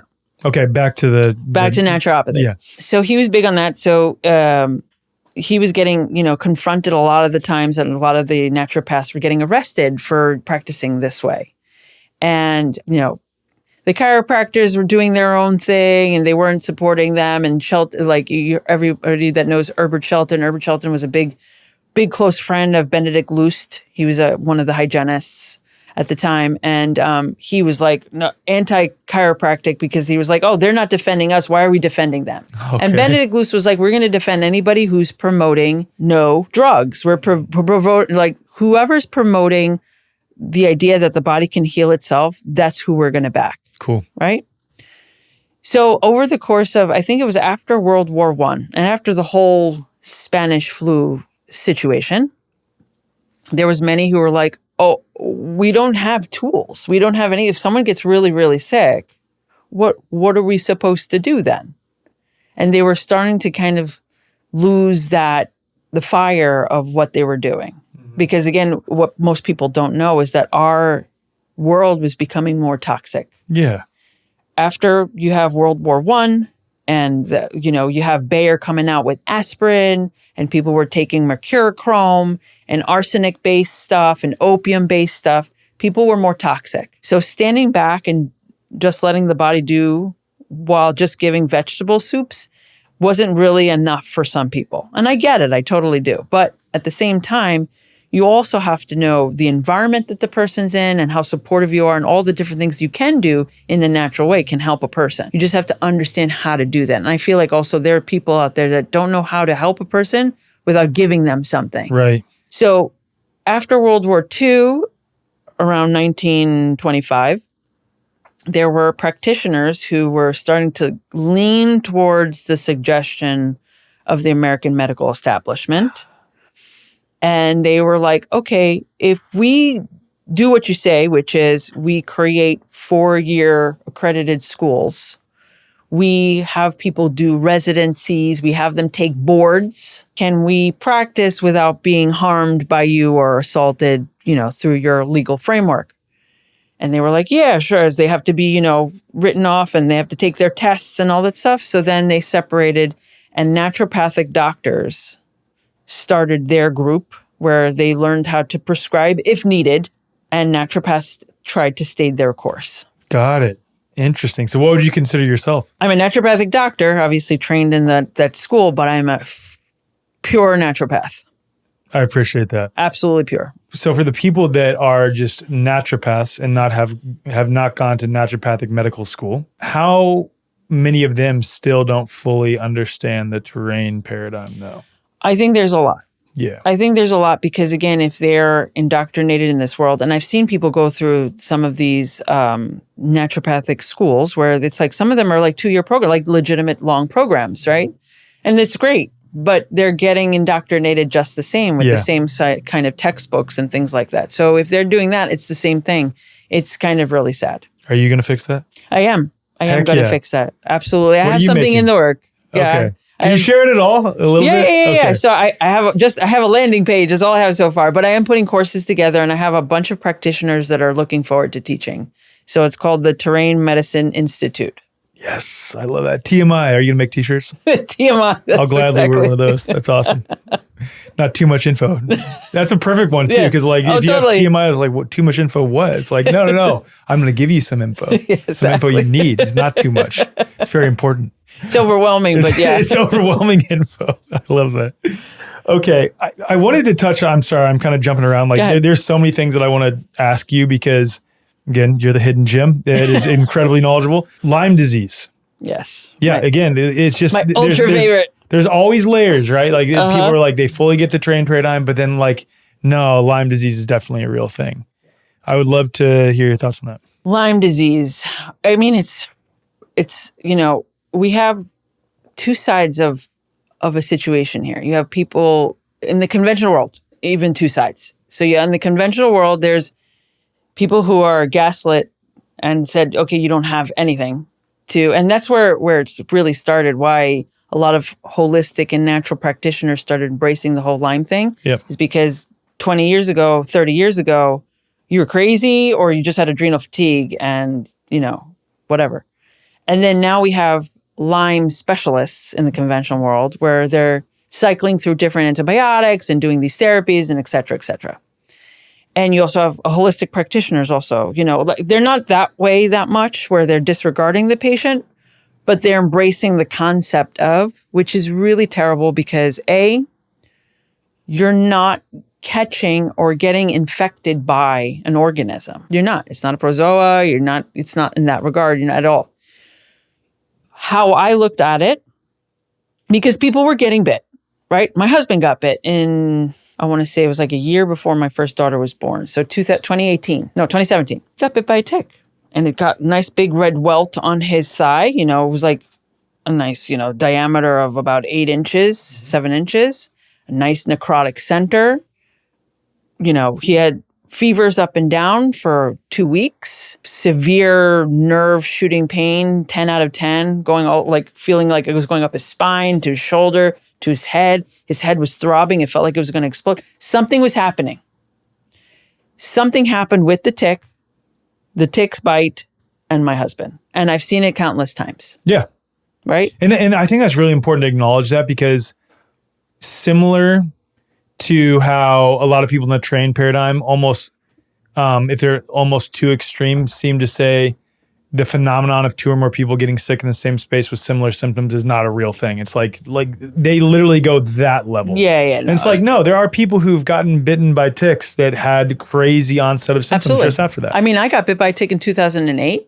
I found it 3 days later after camping, and I got the bullseye rash, blisters all around, and then it was basically, it kept spreading. It took about 3 months before my entire back of my leg looked like I was burnt, with hot water. Yeah. And I was getting severe pain in my knee. I couldn't walk on my knee for a week. My hips, I had severe fatigue for 4 months. So what do you think's going on there? What do you think's going on with your husband? So when I researched it, I had to, and I said, okay, let's look at, I had to start from the base. What is a tick? A tick is fundamentally a spider, and some spiders are venomous. Some ticks in this world are severely venomous. You go to Australia, which I'm sorry.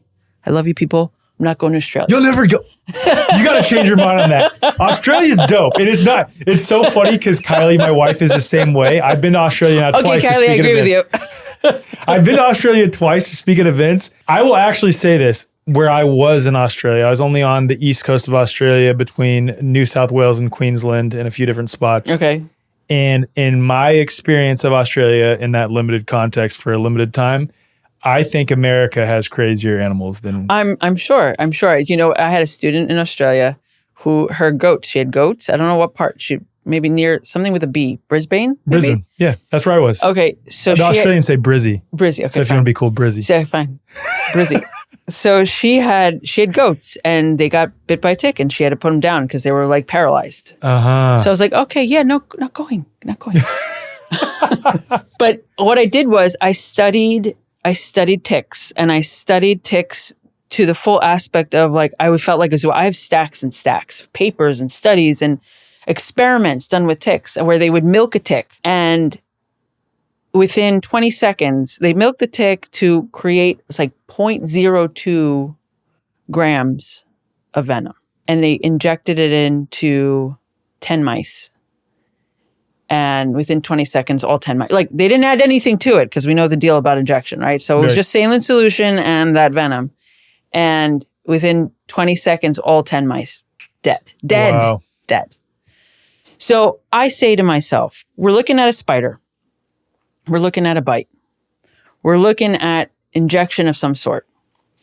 So I look at it as maybe we don't have the metrics for it yet, but maybe it's this type of venom that some people react to, right? Yeah. So if Totally I address it that way, if I address it like it's a venom, like a venomous bite, maybe we won't have these long-standing issues that people have, right? Because the venom's still in the system. It's injected.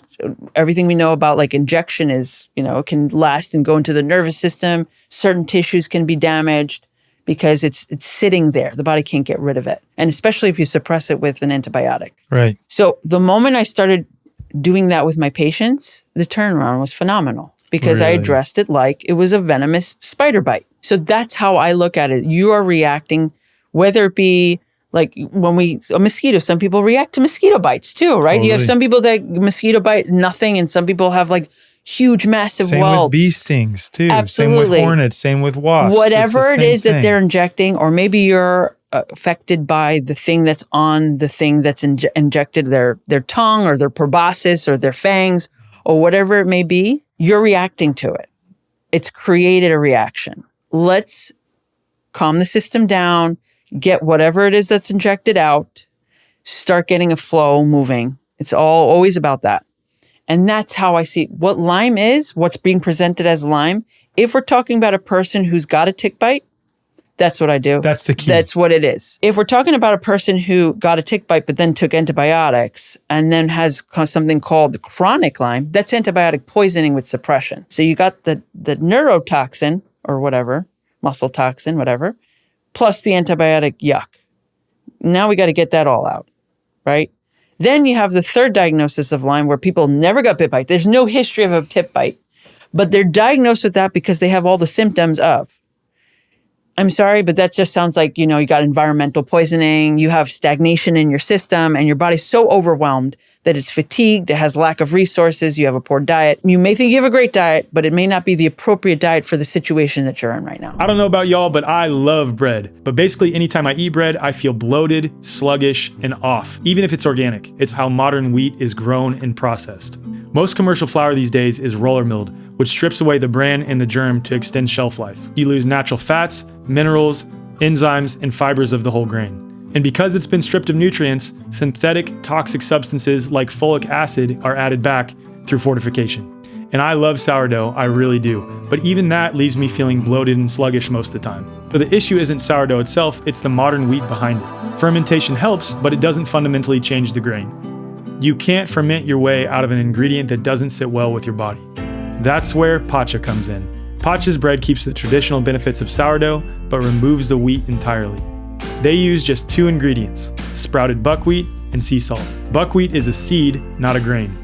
Naturally gluten-free, self-binding, no gums, seed oils, or industrial additives. By sprouting and fermenting the whole seed, pacha reduces digestive stress and makes the nutrients actually bioavailable. It just feels good in your system. They also use verified regeneratively grown buckwheat to help support soil health, and unlike many of the other clean brands out there, they're still independently owned and haven't been bought out by major corporations. So if you love bread but hate the bloat and sluggish feeling, and you want to support companies that are independently owned and doing the right thing for the earth, head to livepacha.com or just head to the show notes and use code THEWAYFORWARD for 10% off your order. Pacha is real food that actually loves you back. Yeah. It's just as bad as when people test for certain quote unquote viruses and test positive based on the presentation of one symptom amongst 27 non-specific symptoms, with obviously all the nonsense with PCR or even an antigen test. But it's the same thing, except for it's worse because in these days it's presented as holistic. That's what's so frustrating about it, is it's like people will present with a few different symptoms like chronic fatigue, maybe some aches and pains, things like this. And they're just throwing out labels like Epstein-Barr virus or you're positive for Lyme. And in many of the cases with both of those, people won't even quote unquote test positive, and the tests are meaningless to begin with. Yeah, exactly. The tests are absolutely nonsensical. But the point that I'm getting at is it's gotten so far that oftentimes doctors, quote unquote functional medicine doctors, won't even test people. They just present with these certain symptoms and they're like, oh, I've seen this 100 times. This must be Lyme.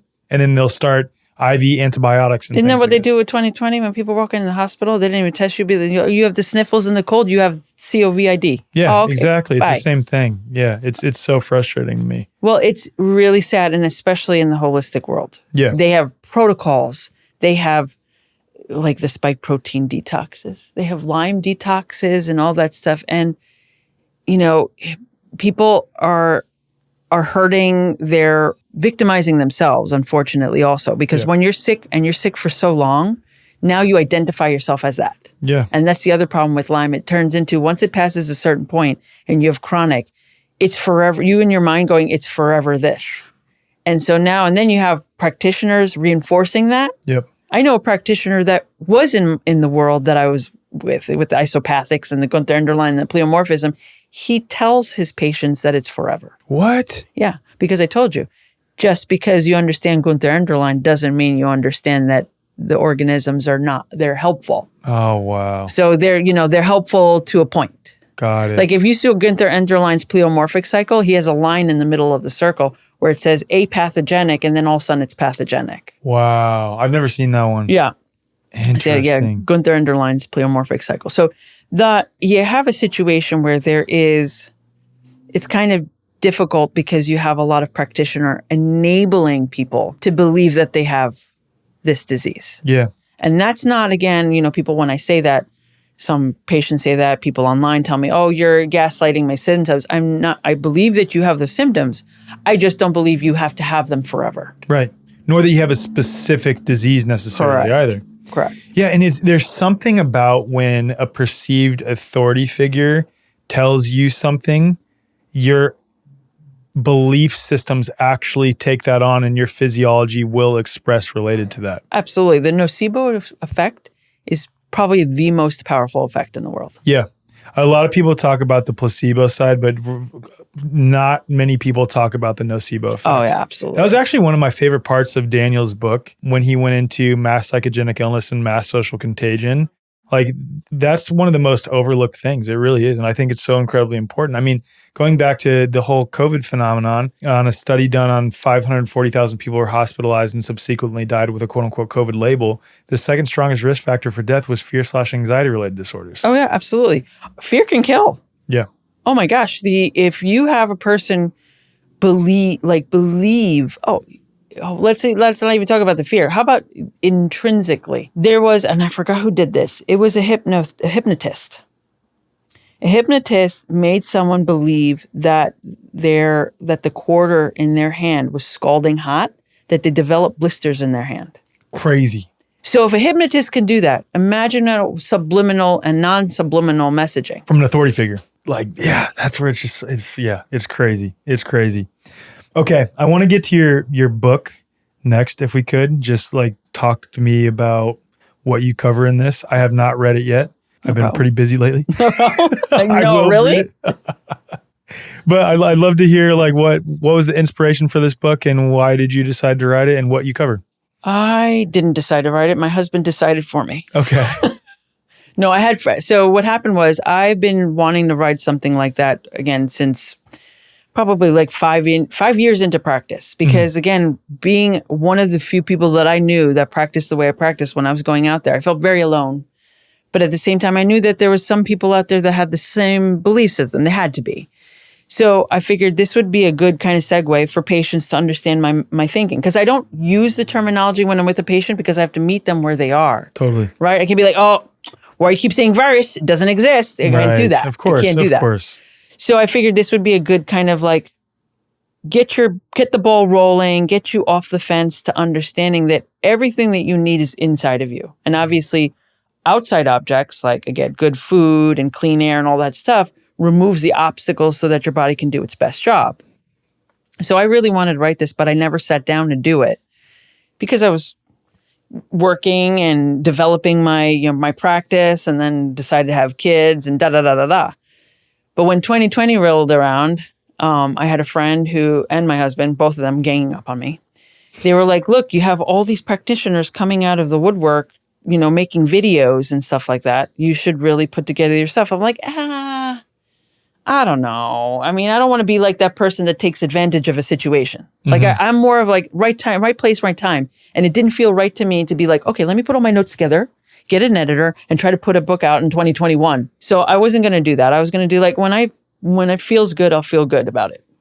So I slowly put stuff together. I was like, I'll put a little history in there. I'll put a little science in there. I'll obviously put pleomorphism, a little contagion, put a little dab of everything. So the person understands where my standpoint is, but also understand all the different intricate things so that they can have a little bit firmer grasp on how their body works. Totally. And there's a lot of context to this topic. In general, I say topic meaning like the terrain paradigm, so to speak, that like if you only get some pieces, you're not going to fully make sense of it. Like from my perspective now, having looked into this for 5.5 years, like I can see how it all fits together and how it works. Like even going into the possibility of quote unquote bioresonance and like fourth phase water, bringing all that context. And it's like, it all just makes sense now. Absolutely. Absolutely. And the same thing even with evolution and dinosaur bones and all that stuff. Oh my gosh. Have you read Dr. Steve Young's book?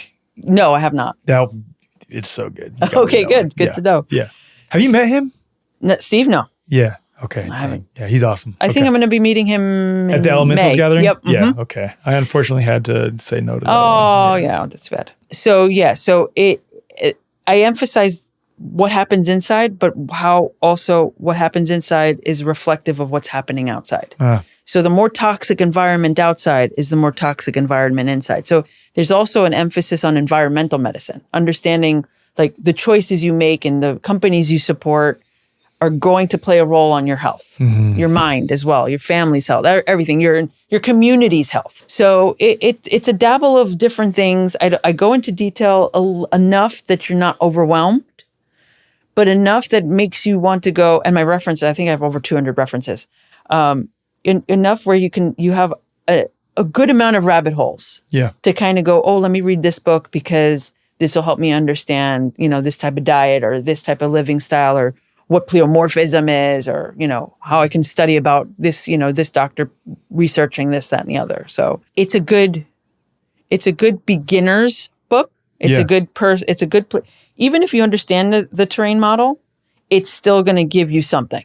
Awesome. So it's for people who already understand the terrain model. It's for people who are kind of getting the terrain model. It's for people who want to understand why they're sick all the time, but the antibiotic does work and doesn't work. It sometimes works, doesn't. It's like one of those. So it's the people who are questioning, what's going on. And it's for the people who are trying to educate somebody else in their life going, look, this is the life I'm living.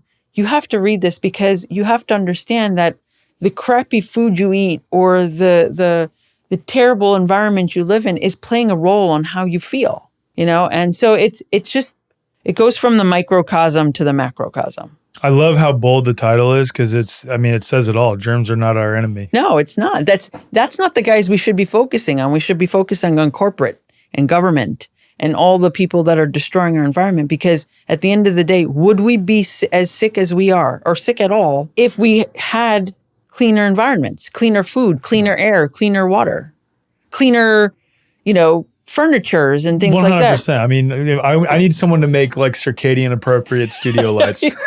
That's what I need. Absolutely. I mean, it's like everything can be better. It can be done better. And it's not being done better. Right. And so that's when we have to go, I have a choice. And if I do detox, which is what illness is, it's what sickness is. When I catch a cold, I'm not catching a cold. I'm detoxing because I built up in my system something and now it needs to come out. And so you have a choice. Okay, you can have a good time. Nobody's saying you could live a normal life. If you look at my life on the offset, I just came from a diner that had the best grits ever. But I also understand that I'm going to not do things that are going to compound that. Right. So I'm not going to eat off a Teflon pan. I'm not going to wear polyester clothes. I'm going to do the best I can so that I can kind of keep my body in balance and make sure that I'm sweating and taking deep breaths and eliminating the best I can as well. Yeah, that's such a healthy perspective too, because I know that when Kylie and I adopted this lifestyle 10 years ago, we went through a phase for like 2.5 to 3 years where we were so scared of eating at any restaurants, so scared of being around anyone who's wearing perfume. Oh, yeah. I still hate it, by the way. But so do I. I've had one person on this podcast who's wearing perfume, and I was just like, what the hell? No, I can't do it. Yeah, no. But the point that I'm getting at is we've now come to the position that like when we're at home, we're going to do the best that we can to live in accordance with our lifestyle, right? And live in accordance with God's design as we see it. And then when we travel, I'm going to eat a freaking pizza sometimes, and that's okay. Absolutely. I actually wrote a Substack article about, if you live in an apartment in the middle of the city, you're going to feel bad now. You're going to walk around moping the rest of your life because you can't get out of that situation. And now you can't breathe the freshest mountain air and drink the cleanest water. No, you could do the best you can. Right. That's it. It's all about doing the best you can and understand the processes that happen and support those processes because your body is so smart that it knows it's going to adapt, but it needs to get rid of some extra junk if the extra junk starts to build up. Yep. This is not about going, oh no, everybody needs to live in the forest. Right. That's not happening. My husband likes to glamp. Yeah. So it's not happening. So you just do the best you can. And as long as you understand that the choices you make are going to support that or detract from that, right? So you're not going to support a company and go buy, potato chips that is made with an oil that's a problem all the time. If you go put a little work, get good potato chips. That's all. Right. It's about the choices. Little choices on a day-to-day basis, right? And it's okay if you're not 100% perfect. And the other thing is your belief about something is going to have a tremendous impact. You can nocebo yourself into sickness. If you live in an apartment complex where you can't control that there's a radio tower right there, there's a millimeter wave tower right there, all your neighbors have Wi-Fi, you've tried to keep yours hardwired somehow, you will make yourself sick by worrying about that perpetually. Absolutely. That's another article I wrote on my Substack about EMF. It's not as bad as it's being, again, that this world we live in where you have, again, the conventional medicine looking at, there's nothing. Right. And then you have a lot of holistic people who go, oh my God, you need to shield everything. No, it's not going to happen. No. But understand that it has an influence on you.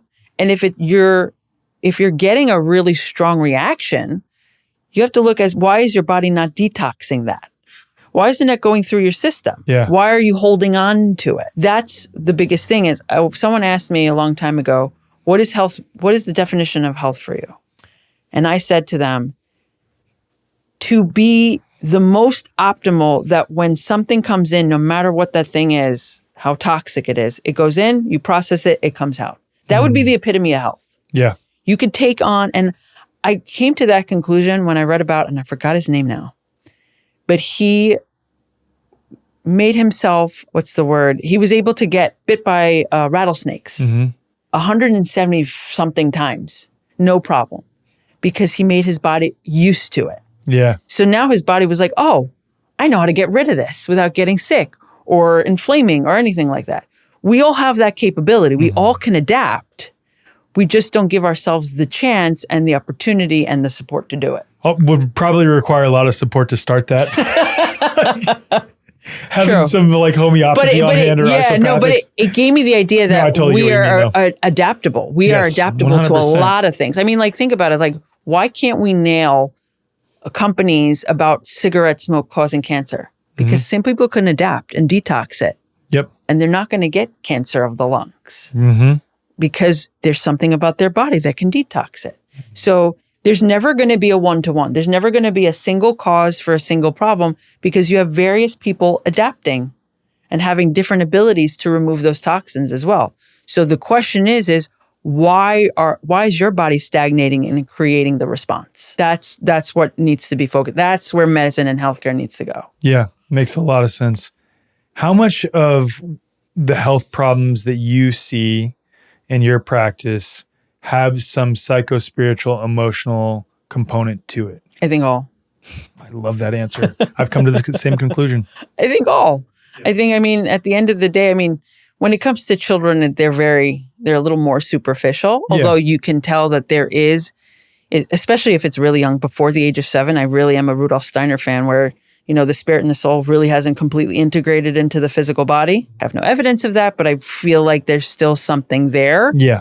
But when it's between 7, 8 years old and before puberty, there's still a little more superficial physical. Yeah. There's not a lot of thinky stuff going on. So I feel like they're more their physical issues can be more easily addressed. Yeah. Yep. After puberty, I think there's a little bit more going on where I see there's you see the spiritual changes, the belief changes. You see that there's a lot more, there's the different rings of existence around the person. And you kind of go, well, you can do the physical, but you understand that this issue is also this layer and this layer and this layer. So yeah, no, it's definitely, when someone comes in and there's a problem with digestion, it's not just your digestion. Yeah. There's always some emotional. There's always some emotional, some spiritual, some belief system, some identity issue, something. Yeah. I 100% agree with that. I've shared this on a few episodes now in my own direct experience every time I start to get quote unquote sick, or if I even have physical pain, aside from like an acute injury from a sport or something like that. But then even with those, oftentimes I've gotten injured in sports because I wasn't present in my body at the least. Oh, yeah. But that being said, in all the other cases, like when I get hip or back pain, it's never because I like reached down to do something. It's because I reached down to do something while I'm also in an insane amount of stress. And then absolutely, I get a hip or back pain. Absolutely. Or like even when I get any like symptoms of quote unquote illness, it's all attributed to my psychospiritual emotional state at or around that time, every single time. Absolutely. I always tell people, imagine yourself when you're going through a situation, mentally, spiritually, emotionally. You're this. Like you physically imagine like everything's like this. Contracted, just tense. Yes. Yeah. So then how are you supposed to do a physical task like this? Can't. There's no flow. Right? So if you're going to go play basketball and you're literally this, you're hurting yourself. That's why I've had 4 surgeries in my life. Well, knowing what I know now, I would have had 0. But at the time, I didn't know. But absolutely. I've been injured so many times. Absolutely. I mean, even just like picking up a ladder to go work on that, it's like, oh, you're going to stub your toe. You're like, because this. Yeah. Right. And I learned that a long time ago, long time ago is when runners get into the zone, they're not looking at the ground. And somehow they miss the crack and miss this and they don't trip. The moment they get out of the zone, tumble, hit the curb, twist their ankle because they're out of the zone. Yeah. Yeah, it's crazy. It's crazy. Okay, I have one more thing that I want to ask you. Absolutely. So, dear friend of mine who's been wishy-washy with the terrain-based perspective for a while. She herself is a doctor. If I say the type, people will be able to narrow down who it is. I don't want to call her out by name. But she's like shared some content, lending credence to the no virus thing, and then we'll make a post about Epstein-Barr virus or make a post about Lyme disease. I'm just like, gosh, I thought she got it. Right. Someone commented on one of her posts recently on Epstein-Barr virus and was like, there's no such thing as Epstein-Barr virus. I thought you knew this. And she said, when you can present someone to me who has taken on the terrain-based approach and can actually help people heal, then I'll talk about the no virus thing. Until then, it doesn't do any good to discuss it. And I immediately thought of you and so many other people I know, but I'm in a phase now where I'm just like, let people do them. I'm just not going to say anything. Let people have their own. That's fine. But I'd love to hear your response to that. Like the idea that people who adopt the terrain-based perspective, practitioners who adopt the terrain-based perspective aren't helping people heal. I'd love to hear your thoughts. I'm confronted with that all the time. I have a practice of people coming from other practitioners because they're not helped. I have patients coming. I have practitioners as patients. I have people coming and they have a practitioner at least semi-get it and they're still not 100% getting help because you have to look at it, just like we said, full-bodied. You have to understand that it's not just a physical form, it's in everything. That when we talk about the terrain model, the terrain itself is not just a physical thing. The terrain is everything that's in being influenced. So the outside, the inside, and then everything around that we can't see. The psycho-spiritual, emotional, mental component. So if you're not doing all those, you're not addressing all of that, you're not really doing the terrain model. Okay? Aside from that, if you in any way as a practitioner suggest to the person before you that you're trying to help any type of fear or suggest that the problem is bigger than it is, you've already let the person down. You've already created another obstacle. If you suggest to the person that's coming for your help that they need a very strong medicine because their body's not going to be able to handle it, you've already created another obstacle.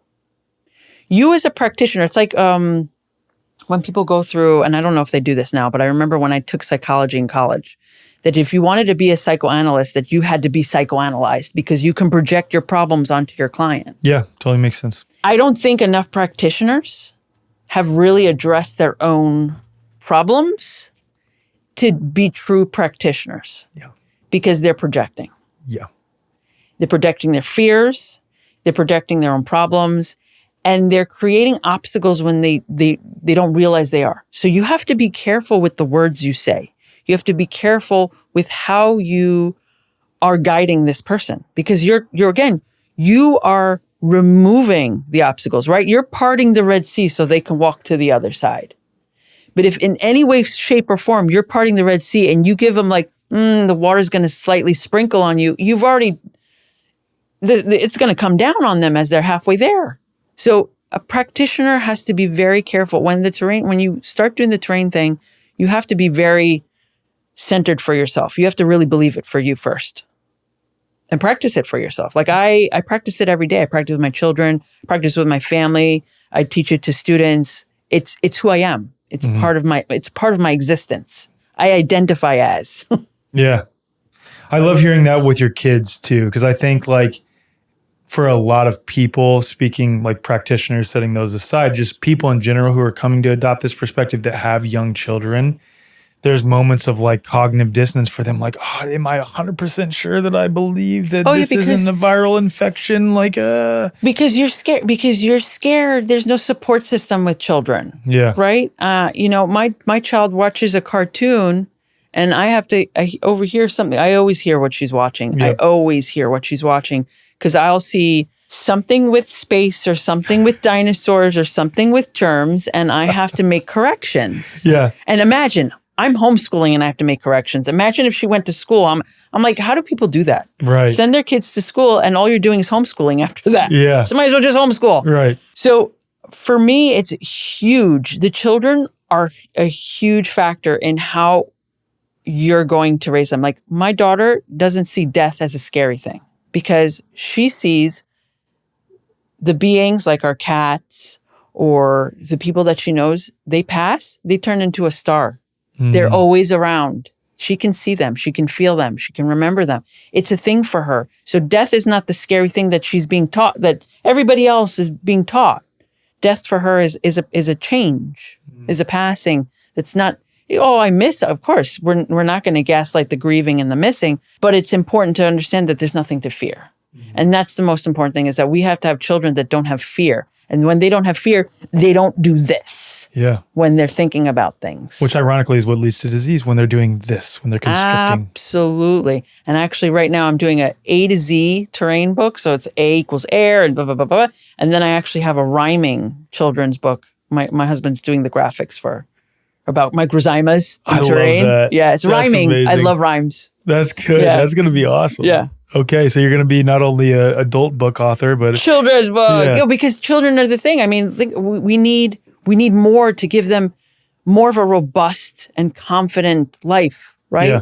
Yeah. Everything's fear-based. Even cartoons are fear-based. Oh my gosh. And my daughter does not. My daughter is like a guiding light for me. My eldest one, she's 7. There's not a single thing she's ever watched that has created fear for her, because the moment, you know how they put the music when there's like impending something? Yeah.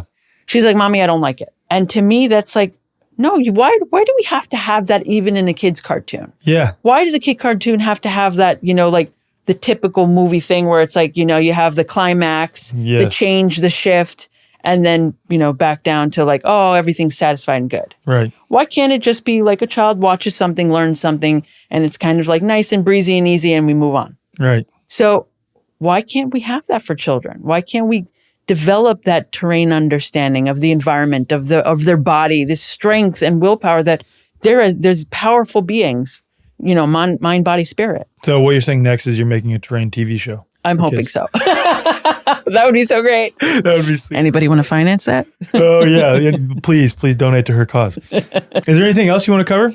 No, I think we did a lot. I mean, I think it's in everything. Microzymas, for me, if we talk about microzymas, if we talk about terrain, we've touched the most important features of everything that's us. Yep. It makes sense of the bacteria thing. Like it really does for people. Like I cannot recommend enough to look into more of Dr. Marizelle's content related to this, or the Bigelsons, or even Jacob Diaz has put out a lot of great stuff. Absolutely. Like I think this is such an important piece in order to really understand our relationship to microbes. Absolutely. Because it's more than just that bacteria don't cause illnesses. No, bacteria and fungi have a very distinct, important role with respect to our bodies and the environment. Absolutely. Absolutely. And I think it needs to be taught much more spread out. It has to be children, adults, medicine, earth, plants, biology, everything. It needs to be integrated in everything that we learn. Amen. 100%. And if people want to sign up for your coming training / course, school? Yes, Institute. School? Institute. Yeah, that's right. TMI. If people want to sign up for TMI, we'll link that in the show notes. Yep. Cool. Thank you so much for being with me. This was awesome. Thank you. Absolutely. My pleasure. It was fantastic. Yes.